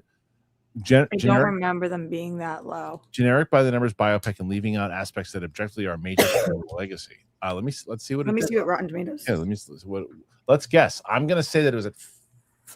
I would have guessed beforehand it's at 75, but I'll guess now. I'll say 56%. Mike, you want to guess? I'll say 63. Okay, fair. I can't guess because I looked too quickly. What is it? It's 60. Okay, so right around Mike and I were pretty close. I said 56. Mike said ballpark. I don't think then they could have possibly been at 30 when it first came out. It usually doesn't jump that much. No, but he's not necessarily saying that they had the same score, but he's saying that a lot of the reviews read the same, right? Generic by the numbers biopic and leaving out aspects that objectively are more. And I remember when we covered that a lot of that stuff, that's what we said earlier, right? That a lot of people said that because of who's producing it, they're going to be a little more protective. Aiden becomes a YouTube member. Thank you. Aiden Gent 6916. Thank you so much. Good time. We did a lot of behind unedited reactions. Sam and I are 2 episodes away from finishing Game of Thrones. We aired the whole thing, the whole shebang. We aired season 8 episodes 4 and 5 today. No, 3 and 4 today. 5 and 6 are as Friday, and that's the end of it. And then we get into House of the Dragon. Okay. Dancing Dog 60. Can Grogu live long enough to meet up with Rey? I mean, you can if you gotta explain what the hell happens to that puppet. You gotta explain what happens to him. What do you mean? What do you mean? Like, where is he during the new trilogy? Is Grogu gonna die? I mean, where does he go? Maybe he's in another universe or something. But you got to explain what happens to him. Why isn't he helping Rey in the new trilogy? Where is he? Where's Ahsoka? Where is he? Where's Ahsoka? A lot of questions. Yeah, where's Ahsoka? Where's Grogu? Where are they? But hey, it's a galaxy far, far away, and it's a huge galaxy. But look, they explain Thrawn and Ezra. You're talking to the wrong guy, pal. Yeah. Sorry, this is Mike Joyce. Mike Joyce, Roxy, as the Residence Patriots fan, do you care about the Deanna Rossini Mike Vrabel drama? Roka thinks it's a massive scandal. Why does he think it's a massive scandal? I mean, a lot of people do. That's the reporter that was banging the coach. No, that's what you think. Oh, that's not. There was those images that were released of them. Okay, so we don't know. Listen, it would be. I don't know. Okay. Yes, I care about it. Yeah. But listen, as a Patriots diehard, I'm no stranger to controversy when it comes to my team. So, but yeah, I don't know. Until we know, I've been trying not to talk about it. Dancing Dog 60. Starfighter ends with another Death Star blowing up. God help us all. Aiden, what's up, Aiden? Mando and Grogu is the first Star Wars film in my lifetime that I'm not going to be seeing in theaters. Wow. Zero interest. Speaking of zero interest, Supergirl, yawn. Just make a Lobo Max series. I haven't. You're going to get very different opinions up here on Supergirl. I'm happen to be with you on this one. I haven't seen anything that has made me want to see this movie in the theater, minus the fact that we're going to go see it at a press screening. But I hope I'm wrong from everything that I hear about the story itself. But I know Roxy and Mike are very excited about it. But what do you think there's more excitement for overall? What do you think is tracking better? Is it Supergirl or Mando and Grogu? Mando and Grogu. You think so? I'm so worried about Supergirl. Okay. Why? Huh? Because I think that people really genuinely aren't going to go see it. People are not excited about it. We'll say that. I am not people, obviously. Right. It's my most anticipated movie, but I'm reading the tea leaves. Are you reading the tea leaves from our circle that's online vocal Twitter or the world in general? The world in general. World in general is not talking. The movie's 4 months out. Yeah. It's just my. You know what people are talking about right now? Mortal Kombat. Because that comes out in 2 months and the trailer looks great. The people online, the producers that are on vocal about it out there saying, hey, we heard the problems with the first one. We fixed them. And people are excited for it. I'll be stoked to be wrong. Me too. But what do you guys think? What do you think? Like, in what world? I don't know. Yeah. It makes $400 million. That's a huge success, I think, for them. It's Supergirl. It is Supergirl. Yeah, but with the budget, Mike, it loses money. But that I can't speak. I don't know what the budget is because the budget they said it was $100 million. Oh, really? Because last time that was the most recent one. Yeah, I don't know. All right. Well, I don't know what the actual budget number is, whatever it might be. If it does actually come in at, let's say, 140, 150, I think my opinion is that it's going to break even. And that's really not a win that you need for a summer movie, but I think it's going to break even. I don't feel like people are rooting against Mandalorian and Grogu the way they are against Supergirl. And why do you think they're rooting against it? I think Gunn is kind of controversial for some people. I think he's got a lot of fans that like love him, but I think he's got a lot of people that are rooting for him to fail. I don't think that's inaccurate. Yeah, is that what you're saying, Rox? Yeah. Okay. Not just Gunn, but yeah. That's a whole other culture that is I'm with you, Mike. And again, it feeds to why I call out Roca online because it doesn't need negativity when there's not negativity there. So that's a fair point. What I'm saying. That's what I'm saying. I'm with you, Mike. I'm not trying to be negative. I reread the comic. I love Supergirl. So let me ask you guys this, because what I've heard now, I'm seeing a lot of negativity against Marvel and Doomsday. But you guys probably think it's because they're saying the big thing is, wow, they had to go back to the two white guys that brought the franchise out.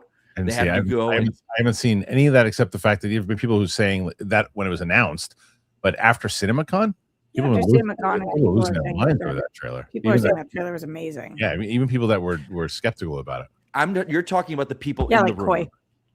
You're talking. Coy what? Coy liked it or didn't like it? Coy was super skeptical about Doomsday. He's been kind of bashing. And he saw the trailer and was like, I feel really good about this. Yeah. That's what I'm saying. Like that's I haven't heard a single since CinemaCon. I've heard a single thing. There's still people that will write about, oh, this is going to be a cameo fest, and I keep saying, no, that's not what I'm. Okay, we see different things online. Okay, yeah, we'll just leave it at that. Yeah. I mean, I really, really hope you're right. If Supergirl does well, I'll be so happy. I'm worried. All right, let's see. All right, next one. Armada, AYT. When will the edited Rambo 3 reaction come out? I've been putting them out on Mondays, so I'll probably put it out on Monday. Who are you doing with? Winston, but the first one did okay. Second one ate shit. So I'm gonna try to. I might just finish the series. I got to figure something for both Winston and Steph to watch that people are gonna watch. Parker Holler, Star Wars, Marvel. Am I the only one who likes it when things just end? Take the business side out of it. Do you ever do you three ever want movies and franchises to have actual story arcs and endings and moving on to something else? Yes. However, if there are ways to tell the story, I'm always interested in learning more about it. I still think that there's somebody out there that can tell a good Terminator story. I still think there's that A24 version. I mention it every single time until I'm blue in the face. So I guess, like, yes, if there's sometimes when, like, Zoolander 2 could have just died after Zoolander 1, have been fine, but it was a shit movie that they made for the sequel. Maybe they could have done a better take of it and it would have been worth it. So it's a case by case. All right. Samasius 5. Kristian, what is your unbiased opinion on who is Roka's favorite Mike in his life? Is it Kalinowski or Vogel? Have a great day. I think that Mike would even probably agree with me. It's got to be Vogel because Vogel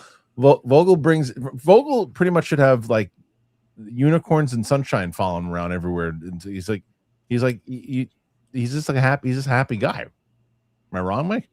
No, he's a happy guy. He really is. It's like, you ever see those Instagram videos? It's just a happy dog. It reminds me of Mike Vogel, and he's just such a great dude. Mike Joyce, Roxy, thoughts on the Scrubs revival? I love it. I'm still loving it. It is interesting though, the crossover of how many people from one show are on another show I'm watching, like Rooster with Scrubs or Shrinking with Scrubs. But yeah, I'm very intrigued by the storylines, and I think that they're doing an excellent job with the revival. Okay. David F. Last scene of Starfighter, something being handed to a Padawan who says, Master Ray says, thank you, and may the Force be with you. You never mentioned the mission is for her until that scene. Yeah, I think that's probably what they're going to do. Because I think that there's something that's, I think that that's what they're doing. I think that they're setting up this adventure, setting up this whole thing to lead into the Kinberg thing. And you got to set up that she's around. I think that he's bringing the kid to Rey. I think so. I don't know if Mike's assessment of her not being in it works. I think you might need her in it. She's the only Jedi that would be really around, right? I guess. All right. Matt Krugman, Mikey, did you catch Absolute Batman number 19 last week? Might have been one of my favorite issues so far. So much happening now and so much later.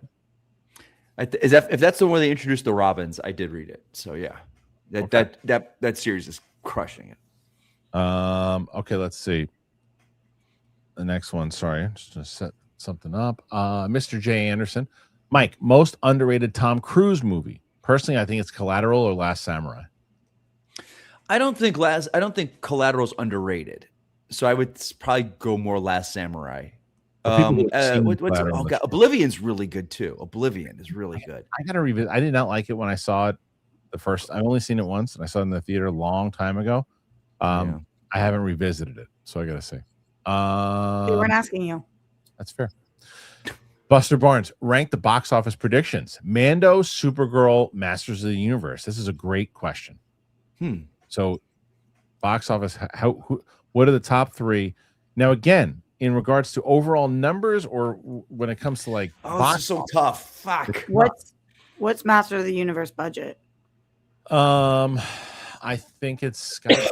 I'm gonna guess. I'm gonna say around 160. So they all have similar budgets. Do you want to know what I want to happen, or do what I think will happen?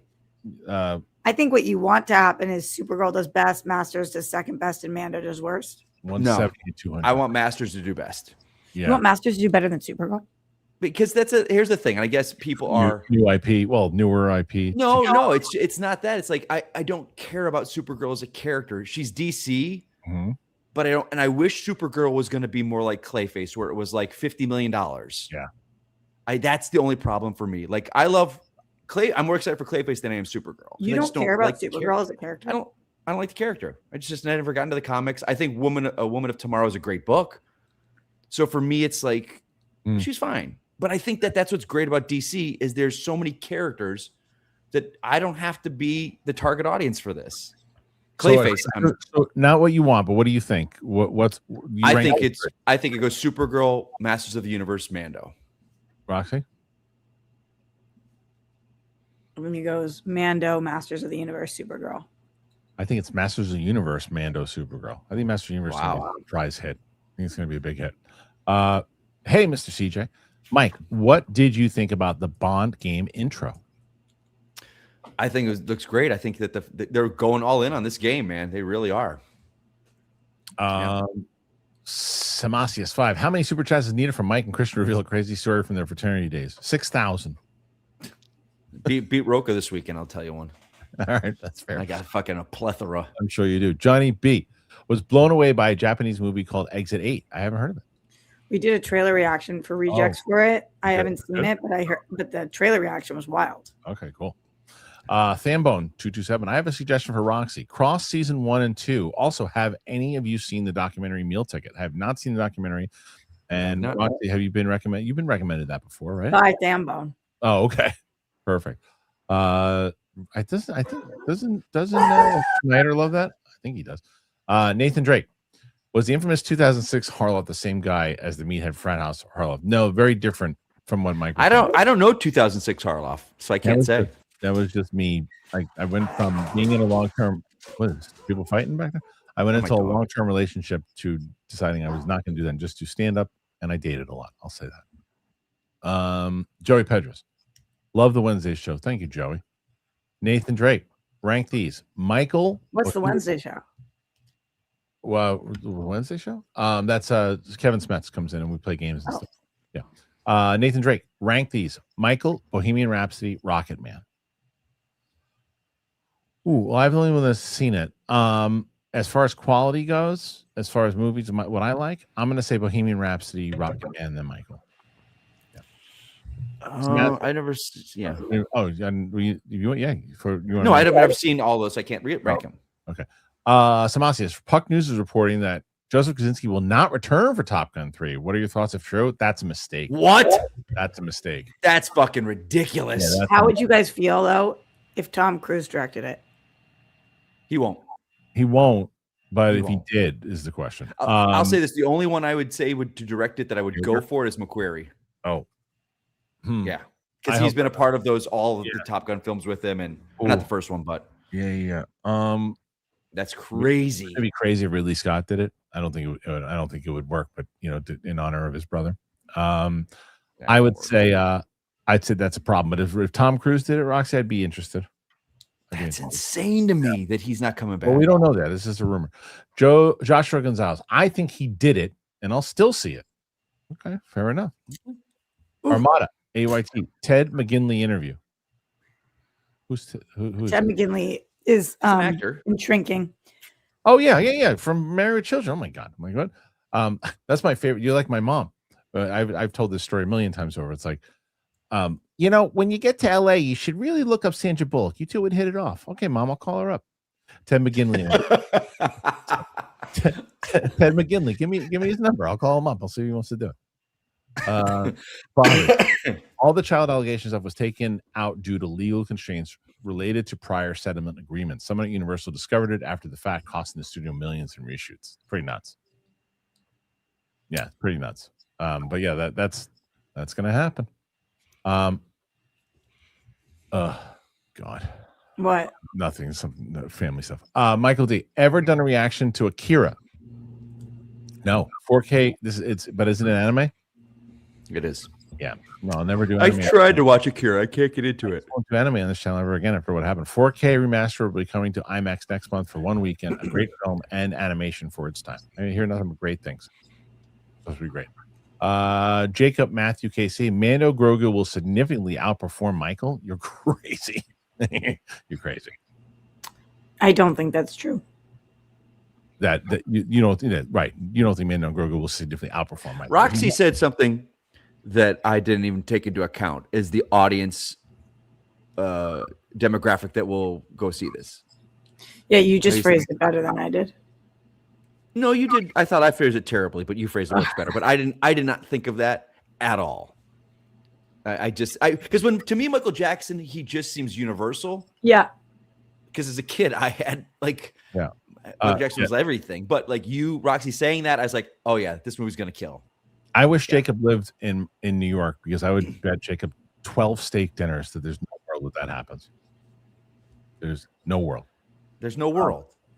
No world. I mean, there's a world, but who knows? Casey Grant. Anyone else still sneak food into the movies? I mean, yes, every time. Yeah, it just depends. The food there is not great. I'm a popcorn guy, so I don't. 10 out of 10 times I take food into the movies. I try to eat. But Roxy, what kind of food do you take in lobster thermidor? What do you got going in there? No. What do you take with you? Little, and I get movie theater food too, but I'll get grab a clementine, I'll grab a bar, a little bag of nuts, like just little snacks. Just an orange? A little orange? Yeah. Yeah. Okay. Hey. Smallville freak. Spending my anniversary in New York. Awesome. What is your top recommendation for pizza in Manhattan? Do you also have a recommendation for Chinese? Chinese, no. I need to find a good Chinese place. I know there's tons of them in Manhattan, and I need to find that out. It's been an ongoing conversation. Linda Street in the Village. Prince Street Pizza, also in the Village. You can't really go wrong. There's a lot of really good pizza places in the Village, but I would also, recommend looking up some of the One Bite Pizza reviews for the Manhattan side of thing. So there's tons. You look at One Bite Pizza. He ranked quite a few of them, but Linda Street, Prince Street are the two that I would definitely say. David Jordeo. Roxy, you never read my tea leaves. I'm so excited for Supergirl. Me too. A lot of people are excited for it for sure. I'm just no. Mike Joyce. Mike, the Pit has the craziest fandom, right?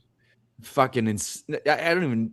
They came out of the woodwork in season 2. Holy Since Christ. you told me about it, I've been paying attention. I didn't put it on my list this week because I know it will be on there next week. But okay, I love the Pit. Oh, it's so good. But just the people, the comments. It's a lot. I said I did a tweet. I was like, I don't think there's certain people that should be able to watch adult television. They just the grasping of it to me, like this. I'll say this one thing real quick. Yeah. They were commenting on the fact in the last episode when they're all looking up at the sky, watching the fireworks. Well, they shot that in Philadelphia, but all the Philadelphia stuff they shoot in the beginning of the season. So she said, she took this comment that the director said, like, we don't know how it's going to end here, but you're just looking at the sky and you guys are all really sad. And then they were like, how do they expect these actors to just imagine? And I was like, he's talking about the season not being finished written, and they didn't deal with all this shit throughout the year, so they don't know exact storylines. I go, what did you think? There was going to be some CGI fire in the distance they're looking at and crying about? Like, the level of stupidity with some people. Yeah. Unreal to me. Fair enough. Steve Scuba. Hey, Roxy, I'm not sure if this is for you, but the show The Last Samurai Standing came out on Netflix, set during the Meiji restorations in the 1800s. Some of the best sword fighting I've ever seen. Great political intrigue, too. I think Roka was watching this. I think so. Someone told me that they were. I can't remember. Someone said they were. Interesting. Steve Scuba. Yeah. Thank you, Steve. All right. Next one. 28 Vasco. It wasn't the family that stopped the allegations being in the movie. It was for legal reasons from the 90s settlement. They filmed it for the movie. Oh, okay. All right. Fair enough. That's not in the movie. Jared, I don't know where I've been, but Netflix is going to have a Man on Fire series with Yahya Abdul-Mateen and also a 4-part Lord of the Flies miniseries. Well, the 4-part miniseries of Lord of the Flies already aired in it was made for the BBC. And my daughter's very excited about that, so I'm very aware of it. And I'm also very aware of the Man on Fire series. I didn't love the movie. I thought the movie. Whoa. I liked it, and I should go back and revisit it. I just remember at the end. What? Well, you know what it was? I think it was. I remember really liking the movie, and then the end pissed me off because she was alive, and it wasn't. I was happy she was alive, but I'm like, oh, so he really just murdered everybody and killed everybody because he thought that they killed her. And he basically just murdered all these people. They didn't even do anything. They kidnapped her. They kidnapped her. They didn't kill her. They didn't kill her. He's a man on fire. He's fucking hot. They killed everybody. But it's probably that I can say. Dude, come on, that's one of his best movies. It's absolutely 100% a take that I would probably change my mind if I watched. It's like me not loving Luffy because he skipped out on the belt. 100,000%. Me problem. 100 problem. Man of Fire. I'm excited for that TV show. I love Yahya Abdul. Dancy Dog 60. I think Mortal Kombat needs to be as deadly as the Shaw Brothers Venom's film. And Street Fighter needs good Jackie Chan level thoughts. Yes, you got to have those fights. Did you, Mike? Did you see the trailer for Street Fighter? Let me tell you something, dude. So of the two camps, I'm a Mortal Kombat guy. What's this smirk for? No, I loved it. I loved the trailer for Street Fighter. So for me, I'm in two camps. Between Mortal. I'm a Mortal Kombat guy. Sure. I like the lore more. Yeah, I did play Street Fighter, but Street Fighter, the Raul Julia and Jean-Claude Van Damme movie is one of my favorite movies of all time. Okay. It's not like The Game. Yeah, no. So I don't have a lot going into Steak. That trailer was probably the most fun trailer I've seen all year. Yeah. I think it's going to be a dumb movie. Yeah. But one of the best times at the theater, probably. That trailer hit every fucking button that needed to hit. It was so the good. music was great. Yep. I think. Yeah, it was great. I think everything in that thing looks awesome. I agree. Yeah, but what his assessment, Mortal Kombat needs to be that when Street Fighter should be a Jackie Chan. Yeah. Like physics are fucked and it's just like awesome. the games. Yeah. King of the Wicker people. Are you guys excited for the Resident Evil movie? I love the game, specifically the remakes, and it's a series that deserves a proper film adaptation. I am excited, and this is why I think this movie is going to do well. I'm not excited for the same reason that you are, King of the Wicker people, but I do think there's going to be tons of people like yourself who are excited for that reason. I'm excited because of the director. And I think that there's going to be a ton of people that are excited because of that. I think that what he's done with Barbarian, I think what he's done obviously with Weapons, and this is his follow-up. This is going to be a very successful movie and probably one of the more successful Resident Evil movies. Are you guys excited for it at all? Sure. I like Krieger. So I'm not a Resident Evil fan, but I like the director. So this would be like you. It's right. I couldn't get I mean I saw I think maybe half the Mila Jovovich films, but if it wasn't for Krieger, I wouldn't be watching it. I wouldn't care. Brad Bastian, which death would be most impactful in Doomsday? Thor. And it would probably happen. Is that I will say none because you think Thor's gonna die in Doomsday? Yeah. Mike, do you? Roxy, I think a lot of people. Maybe Secret Wars, Rox. I think a lot of people will die, Roxy, and I think as this film. I said maybe Secret Wars, and if he doesn't die in Doomsday, he'll die in Secret Wars. And I think, like this film is proving, death doesn't mean anything in the MCU. Now, let me ask you guys this real quick, because I've heard this, and this is not confirmed, but I don't know if the people at Cinecon can confirm this. The Russos have, I'm trying to find it, had said RDJ is back. He is Dr. Doom. He is not a variant. He is not pretending to be Tony Stark. There's no plot point that he's using Tony Stark's face. Essentially, hey, he's the best actor we've ever worked with. He's the hot. He got him after the Oscar. We just said, let's go with this and put him in as a separate actor playing this other character. Have you guys heard this at all? No, what I heard was that they are not going to address it in the first movie. That's all I heard. I did not hear that the follow you heard. I heard another person said they think the Russos are playing coy, but no, but I think that they said if you don't. No, you got to address that. You got to address it, and you just let it be hazed. There's 50 million actors out there, but we wanted to work with him again in this new role. How does Peter Parker see? I don't know, dude. And not go, what in the world? How do you not do that? Well, there's a lot of theories also that he's not going to demask the entire first movie. That I've heard. But my scoops thus far when it's come to Doomsday have been accurate. I talked about the 3 Earths, talked about these things, talked about all this other stuff, the Hulk stuff, these things. What I have heard is that you barely see his face in the first movie at all. Okay. So there would be nothing to explain. Right. So let's say it's all scarred up, like. Yeah, it's why that I don't know. My choice, beat Roke. There you go, Mike. Paul Hitchcock. We don't see any Mandos in the Star Wars, and Grogu is a Mandalorian appearance season 3. So he's likely off with the Mandos during. We don't see any Mandos in this. We don't see any. Saying where Grogu is. You don't see any of the other sequel trilogy. And Grogu is a Mandalorian's apprentice, so he's likely off with the Mandalorians during the First Order training. It's very well possible, but they have to explain it. Where's Ahsoka? Ahsoka's got to be dead, right? Because she's a Force ghost when Rey is in that throne room. Rey who? Oh, shoot! I wish you would have queued me up for that. Rob Jupp, do you guys think Walk the Line is one of the better biopics? I feel like it gets forgotten a lot. I do feel like it's pretty damn good. Really good. Yeah. Love that movie. Yeah, it's really good. Do you guys, when it comes to your biopics, do you prefer a more hyper realized? Hey, we're going to twist the truth, but make a great movie. My example. And one of my favorites is. Do you ever see Dragon, the Bruce Lee story? All right. Yes, I have. Oh my Jason God! Lee? And again, very fictionalized accounts of what had happened, but such a good movie. Totally. I mean, I don't necessarily know it biopic, but it's more a historical drama that is very not accurate. It's one of my favorite movies of all time. It's Braveheart. And that's definitely not destroying. I love watching documentaries about people. Yeah. So like this week I watched the Red Hot Chili Peppers documentary, and I also watched the Noah Khan documentary. Okay. That's where I go for like my real takes. Yeah. So I don't mind when biopics do some entertaining. Yeah, me either. Joey Pedro, sorry, I meant the Tuesday show. This girl. All right, thank you, Joey.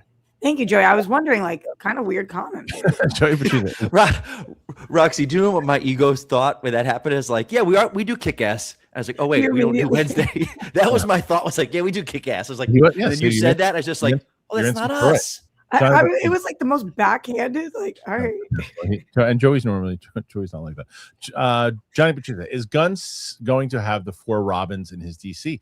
Would you want to see a full Bat family on the big screen? Me, no, I don't care about that. I don't know how Mike feels about it. No, I'm of two minds. One, because Mike, you don't want to see the full Bat family on the big screen. Roxy, hold on. When they announced Brave and the Bold, and it was going to be Damian, I was like, that's a good entry point to have him, because it tells stories that you can do it. I would always love to see Dick Grayson be the first Robin. But if we're starting at Dick Grayson as the first Robin, it's going to be 20 years of films before you can do all of the Robins. Yeah. So I thought Brave and the Bold was a great way to have him there as his son, and you could have Nightwing established as Dick Grayson. I don't know if you do Tim Drake and Jason Todd at this point. I guess the question to Johnny, to your question is when? Yeah. When? Do I ever want to see the full Bat family on the big screen? Yeah. It'll be set up well, right? I guess that's it. Yeah. Buster Barnes, I sometimes think we put too much stock in social media buzz. If it was the end all be all, Sonic 3 would have made $1 billion and Mufasa would have ate dirt. I understand what you're saying. Was there a lot of buzz for Sonic 3? Yeah. Sonic 3 people were super hyped about it. And I remember I didn't see any buzz. Yeah, I had this there was a lot of buzz for it. I had this whole debate with Luke. Luke thought it was going to surpass Mufasa. I said, stop counting out the Lion King. It is a bigger overall thing, and it destroyed it. But the better movie is Sonic 3 by massive. Okay. Scott B236. First live show I've been able to catch in a minute. Kristian, how's the little one's eye doing? Support for Moxie. Her eye's much better. Yeah, she's good. She went 3 for 3 in softball yesterday. She cracked that really good one. I'll send you the video, Roxy. It was a good time. Yeah. Joey Moxie. Yep. I can see Clayface absolutely smashing at the box office around Halloween. Same. It's the trailer apparently comes out tomorrow. What other DC villains should get this treatment, Mike? Swamp Thing? I think this is Clayface should be a one out. Like, I think the guy came in with the great pitch. They said, let's go with it. I think you got to focus on your heroes, but Clayface, but if you do them, keep doing these $40 million, man. Yes. Oh God, you're going to have a hit no matter what. I'm with you. Wait, Kristian, go back. Why did you say that about tomorrow? I heard where did I see it? I heard somewhere that there's a trailer. I heard a trailer is dropping soon. I heard it's coming out tomorrow. You heard it's coming tomorrow. That's what I heard. I don't know. Okay. That's not true. Armada 8YT Clayface trailer tomorrow. Maybe. Okay, he says maybe. Also, Ted McGinley. Great. Call him up. Space Cowboy Chris. Who's an artist you would like to see a biopic on? I would love to see one on the Canadian rock band Rush. Excited for the upcoming 4-part Beatles biopic. Roxy, hope you're feeling better. Love you guys. I'm not. No, you're not feeling better. It's going to be a month of this. Okay, guys, on my horse, please go over to my social and be supporting my egg freezing journey. It means a lot to me. Appreciate you guys. Please. I'm sick as hell because of it. Aerosmith. My dad would be in it. Yeah, great. Weird. Aerosmith. Although he's barely in the book. I would love to see, I guess, like Dave Grohl, but kind of like Nirvana to Foo Fighters, like a full, that's a good one. So it's not like necessarily just him, but or like a biopic on grunge music. Oh yeah, when they were all coming out in the 90s. Too would be pretty great. Harv's Cake, Kristian, the best Chinese food is supposed to be in Flushing, Queens. There's tons of them. I just need exact ones. Just Yelp the best dumpling and noodle places. The way my wife works is that she got to get an actual recommendation or she can go anywhere. Bobby, I'll say it more often than not. My people show up and show out for our celebrities, despite their controversies. It's a deeper conversation as to why, but it tends to be the case. Totally. Fair. Totally. I mean, I think we're going to see it with Michael, and we saw it with Kanye. Yeah, right. Dennis Hoffman. Did Amazon showcase Voltron? No interest, but weird. Oh, I don't know if they did. Yeah, there was no. Was. I know they did. Yeah. Yeah. No. Yeah. No. Was Amazon at SantaCon? Yeah, they had a big presentation with Bond and everything else that they did, and He-Man, Okay, and tons of stuff. And they're having a hell of a year with Project Hail Mary. The Hambone 27. The new mall series is pretty good. The new mall series is. And we want you to know, T. Hambone. Oh, what did I say? Fambone? That's what you and I always do with the handle. Mike, have you watched it yet? Mall? I've not. You should. You'll like it. It's your kind of show. That's people tell me. You'll like it. Big Bang OT4. Is Michael going to get to 1 billion? I don't think so. Mike doesn't think so, and I don't think Roxy thinks so. Yeah. Yeah. Armando. But I did take your over. I do think it's going to hit 500. Yeah, I wouldn't be surprised. Again, I would be more surprised if it bombed than if it made 1 billion. Armada. So no one got haircuts at CinemaCon after Man showed up. Nope. Space Cowboys. Chris, how different do you think Michael and Bohemian Rhapsody would have been if both singers were still alive at the time of their films being made? Oh, I mean, significantly. Yeah, I think that doesn't really happen too often. They wait till minus like Bruce and Bob Dylan, I guess. Can 6721. Hello there to you. Big Bang 54. Should Star Wars recast the OG trilogy trio? I think so. If they're going to use them in other stories, you do. Yeah. Wow. Are you going to do deep fake them? I don't know, but what did you think about Alden Ehrenreich? Oh no, I think he means moving forward, like maybe not in the back. No, but it wasn't that they recast Han Solo. I like Alden Ehrenreich as an actor. He was the wrong choice for Han Solo. He does not carry that kind of swagger that Han Solo has. He just doesn't. And I hate the stupid argument of, well, he grew into that. It wasn't like him. No, it was 1 year before we saw him in Star Wars. No, I hated that argument. I was like, oh, he just no, because everybody, you have that swagger, or because you don't. Donald Glover did what Han Solo. He did what the Han Solo actor had to do. You had to. It's what like Carl Urban had to do in Star Trek. Yes, he embodied the character, but wasn't mimicking him. Yeah, you had to 100%. So I think you can. I do think that you can recast, and I think you might have to if you're going to be telling more stories. Maybe you're not. I don't know. Maddie B. Whoa, Maddie. Thank you. Look at that. That's huge. Big support. That's massive support, Maddie.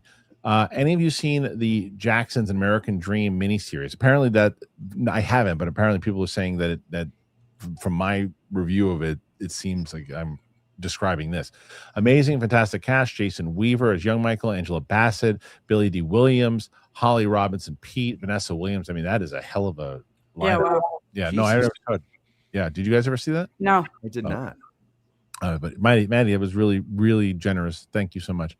Jared, La Bamba is one of my favorites. Cry Like a Baby at the end. That is a good one. Richie. Yeah. Oh, yeah, that one. I remember I was coming back from some vacation with my dad in New York somewhere, and we stopped with my brothers, and he stopped. He said, "Let's go see La Bamba." And I was like, I don't know how old I was. I was like, it was a great movie, but I was like, really from probably 13 or 14, if that. No, younger than that, and super happy, vacation. Come back, oh, what the hell did I just watch? Big Bang OT4. From what you've seen, you think critics being harsh? It's so hard to say. I think critics are reviewing the fact that it is glossy and safe, and this is a difficult one. Space Cowboys, Chris, underrated biopic. Get on Up with Chadwick Boseman as James Brown. It's a good one. It does a great job at balancing his music and personal life without shying away from his dark side. I agree with you. Great example. Same. Great example. Wiley, I don't really want to support this Jackson movie. I have a problem with him since the Finding Neverland doc. but yet I have to see it because I'm in the music industry and everyone's going to talk about it. Yeah, Roxy, what was it that because I remember when Collider Live, it was a big controversial subject when we covered that whole documentary and everything too. And then there was like stuff that came out, like you said afterwards, that I don't might have not been, or those guys. I don't know. It was like the two of them had such like factually or like stories, and then there was like things that came out about why they couldn't have been where they were when they said they were. Like there was other receipts. Yeah. So I don't know. I don't want to call them lie. I don't know. Is it still accessible on HBO Max? Because that would say a lot. Finding Neverland? Yeah. I don't know. It was an HBO doc. I wonder if it's still accessible. Yeah, you guys let us know. I wonder. But I also, Wiley, don't think that you need to see it because people are talking about it. No, he's in the music industry, so he wants to see it because he's in the music industry. I get it, but if you really don't want to, then don't. Yeah, that's true too. Ron H. A guilty pleasure of mine is Balls of Fury. That is movie. I remember that as another one with Dennis. It's Winona Ryder, isn't it? And I didn't see it. Dennis Quaid. Balls of Fury? Yeah. Isn't that Will Ferrell? Great Balls of Fire. I'm thinking of. Never mind. Yeah. Very different movies. Very different movies. Christopher Walken in like a Fu Manchu playing ping pong, and you're like Dennis Quaid. I'm like Dennis Quaid. It's true. There, I said I don't care. Yes, you're thinking of Great Balls of Fire. That is Dennis Quaid. Very different. You can see where I went there with the music biopics. Luke said Leaving Neverland 2019 doc is no longer available on HBO Max due to legal disputes regarding a non-disparagement clause. That's what I'm saying. Yeah. Oof. Okay. Space Cowboys. Chris, love you guys. Keep up the great work. Thank you, Space Cowboy. Aiden, loving the show today. Thank you, Aiden. Pretty sure the entire multiverse will collapse, just like Time Runs Out comic. We'll have 7 to 10 survivors of Doomsday. I agree with you 1,000%. That's what Mike was saying before, but like, it doesn't matter anymore because if they all die, they keep coming back. I think that they're going to solve that problem. I think that's the whole point of this. I think they're going to solve it until they don't solve it, and then they want people back. Casey Grant, you ever tried Dubai chocolate? Shit is expensive though. I haven't. No, people keep telling me about it. I want to try. Everyone tells me about it. Everyone, and I'm such a chocolate guy, but I don't know. There's just something about like it's a green paste, isn't it? Like something like that. It's supposed to be really good. Okay, I don't know, man. Right. Paul Hitchcock. So we know Roxy's freezing her eggs. Mike, are you freezing all your used Kleenex? Oh, what an idiot! Speaking of shooting, who would you want to see DC's Hitman adapted? Nah. Yeah, I don't even know. It's no different. They did the Hitman. I believe it was a Vertigo off print of DC, but I know people love that character, but it's not. It's just not for me. All right. T Hambone. The new Mall series is pretty good. Thank you, T Hambone. He said that again. Big Bang OT4. Non-Gen Z adults just have low interest in films. I mean, you think they have more interest in scrolling and stuff. But what do you mean non-Gen Z? I think he means Gen Z adults have low interest. Oh, right. I don't know. No, I mean, I don't know. Not sure. I don't know. Johnny B. Clayface movie before Batman in new DCU feels weird. I don't know that. I don't know if it feels weird because if you set him up in this kind of horror film and then down the line you introduce him, depending on what the tone of the Batman what I like about this, the fact that every time you get a Batman villain in a movie, the movie's got to be his origin. So half the movie is the villain's origin. So this, you got the origin out of the way. Yeah. And then they show up and they're at it. Dancing Dog 60, ditch Twitter. It's a time waster. So I don't disagree with you. I hate it. But I have been posting, like now that I'm posting, I post a lot of these different shorts and stuff on Instagram. I've been started posting them on Twitter now too. I used to love Twitter so much. It's such a bummer. Yeah. I do too, but I found a way to pivot. I asked some questions about video games, and all my algorithm is this Starfield video game, and everyone is awesome. Oh, that's I'm getting like 10, 20 followers a day, and it's just, hey, everyone's showing off their spaceships. I love it. Rod V, have you seen Mall episode 6? Loving this show. Yeah, my reaction is coming out right after this show is over. Sluggerama, does Rotten Tomato factor in that there are a few duplicate Rotten reviews for Michael? Bibbs appears twice and a couple others that are negative. Oh, that's interesting. And the answer is probably, yeah, it would. Something that's got to be fixed. All right, so we have 1, 2, 3, 4 left. 5 left, but they're at 102. And what do we got to get to? You got to get to 112 to be beating Roka. So 10 more. Come on now, Nathan guys. Drake. Right Roxy said last week that Machine Gun Kelly is clearly laying pipe in the bedroom. Mike responded by saying, "That beanpole that killed me." That's funny. Samasius, Roxy, if you watched, what did you think of WrestleMania? Did you watch WrestleMania? No. Go Pal. Only Kelly parts. Yes. Winona Ryder as the 13-year-old cousin. Yeah, she was. I thought so. Thank you, Go Pal. Space Cowboys Chris. Not a biopic, but a great doc I'd recommend is I Am Heath Ledger. It's filled with interviews from friends and family of Ledger, while also filled with footage Ledger filmed himself in his life. That sounds really. And the other one that was really good was Val. It was a really good one too. Oh, it's on my saved watch list. I want to watch that. Yeah. Ron H. Is Beer Fest 2006 a sports film? Go Canada. I've never seen it, but I would say probably yes. Yeah, I would say so. Yeah. Any update on the soap, Mike? Discord doing a poll. Michael D. Yeah, you're supposed to. You promised people stuff. Hold on. Let's stop this nonsense right now. I said once I'm like either on a vacation, or somewhere where I'm at a nice hotel with a nice bathroom. My bathroom sucks. It's boring. I don't think people care about your bathroom sucking. I do, Roxy, because this is video that's going to be out there forever. So yes, if I'm taking a bath, because look at this fucking guy's shower. Blah, blah, blah. All right. No. All right. Mr. J. Anderson, after they kill off everyone in Doomsday and Secret Wars, how long until they bring back those characters back from the dead? Mike's going to say, and you fucking got it, my friend. You got it. 10 years, and they'll be tried a couple different movies, and it didn't work. So, got to bring Chris Hemsworth back as Thor. Here he is, but he's God Thor, not the same Thor. Yeah. All right. Look at Logan. Look at poor Hugh Jackman.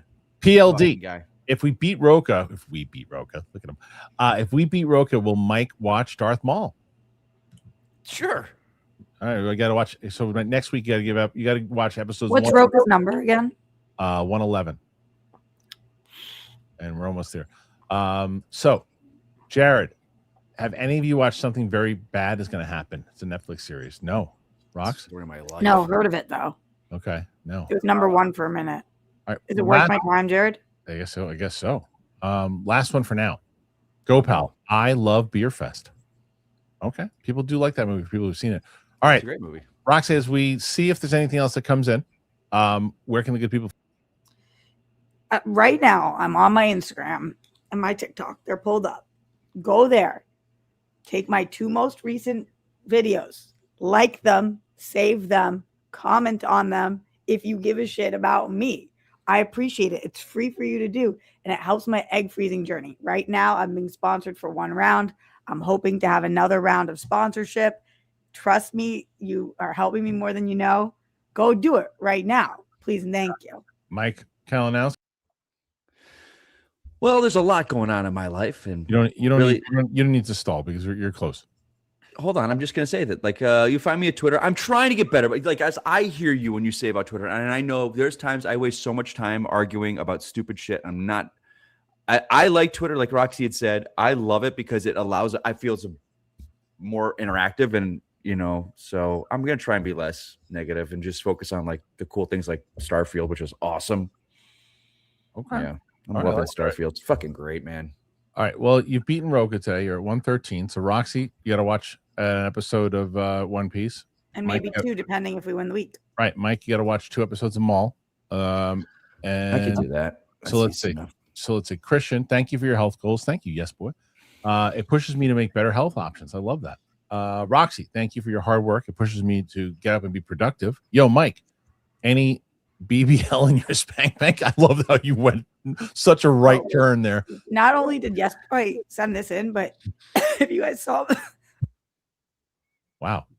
Easy. Wow. Easy, kid. Easy. You all right? What the fuck happened there? You okay? Drink some water. Start talking about BBL, and the next thing you know, she's spitting up all over the place. Choking. What the hell's going on? Uh-oh. Spit take. All right. Why don't you think about what are we doing? Well, what's the question? Ask me the question. What is it? You just said, do you have any BBL in your spank bank? I'll tell you this. What is BBL? Brazilian butt lift. Come on now. Jesus Christ. Of course you knew that. That's not a porn thing, dickhead. That's just a thing in life. Okay. Here's what I'm saying. Everybody knows that. All right. Go ahead, Rocky. Yes Boy wrote this in the comments a while ago. I started dying laughing. Oh, and then there you go. And then sent this in. I'm so grateful for you. Yes, boy. So hold on. I hold on. Yeah. You have some. I got to ask you to that. I don't.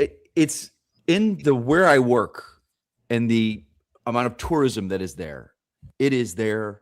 I'll be sitting there trying to do a show with a dinosaur, and I'll see something off to the side. And all right, next episode, remind me to tell the story of what happened when I saw a BBL that came up to watch the show when I was doing the show, and I'll tell you what happened. I'm guessing you guys haven't seen the Temptations biopic from '94. Classic movie for a certain demographic. Kanye is beyond trash in my eyes. All right, fair enough. PLD. No, when you haven't seen Temptations movie. PLD beat Roka. They did. They're 120. Now the question is, can they win the week? Aiden, they will cherry pick elements to reboot post Secret Wars. New Cap, Iron Man, Hulk, same Spider-Man, Fantastic Four, Wolverine. Very much a possibility. Right. We're going to see how it's going to work. Yes, Roxy, it's worth your time. Check it out. It's a Pandoff. I don't know what was suggested, but what was the suggestion? I forgot. Forgot what it was. Are you guys Broken Lizard fans? I am not. I'm not. I know that it's a super. No, you shouldn't say that. As people, I've met them, and they're very nice people. I don't even know if is it a band. It's a comedic. It's the comedy group. Super Troopers. That just the new trailer that just came out. Super Troopers 3. Oh. I never got into Beer Fest and Super Troopers, and I just never got into those movies. But they're great guys. But I just don't like the stuff. Milo Manor comic. Hey Kristian. Hey all, Kristian. I love your death metal voice. It sounds awesome when I was in my car listening to the show.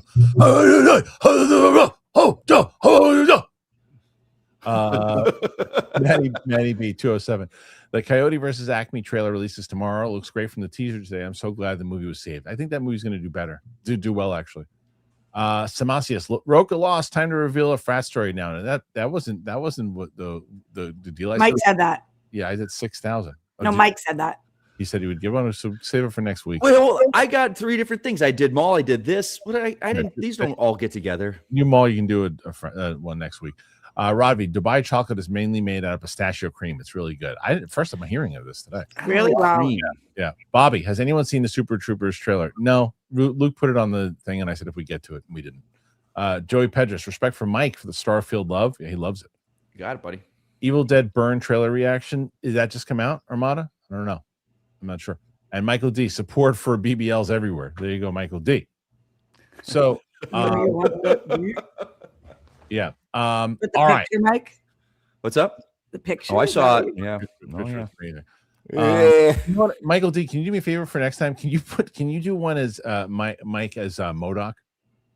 That would be great. Oh Christ, that'd be great.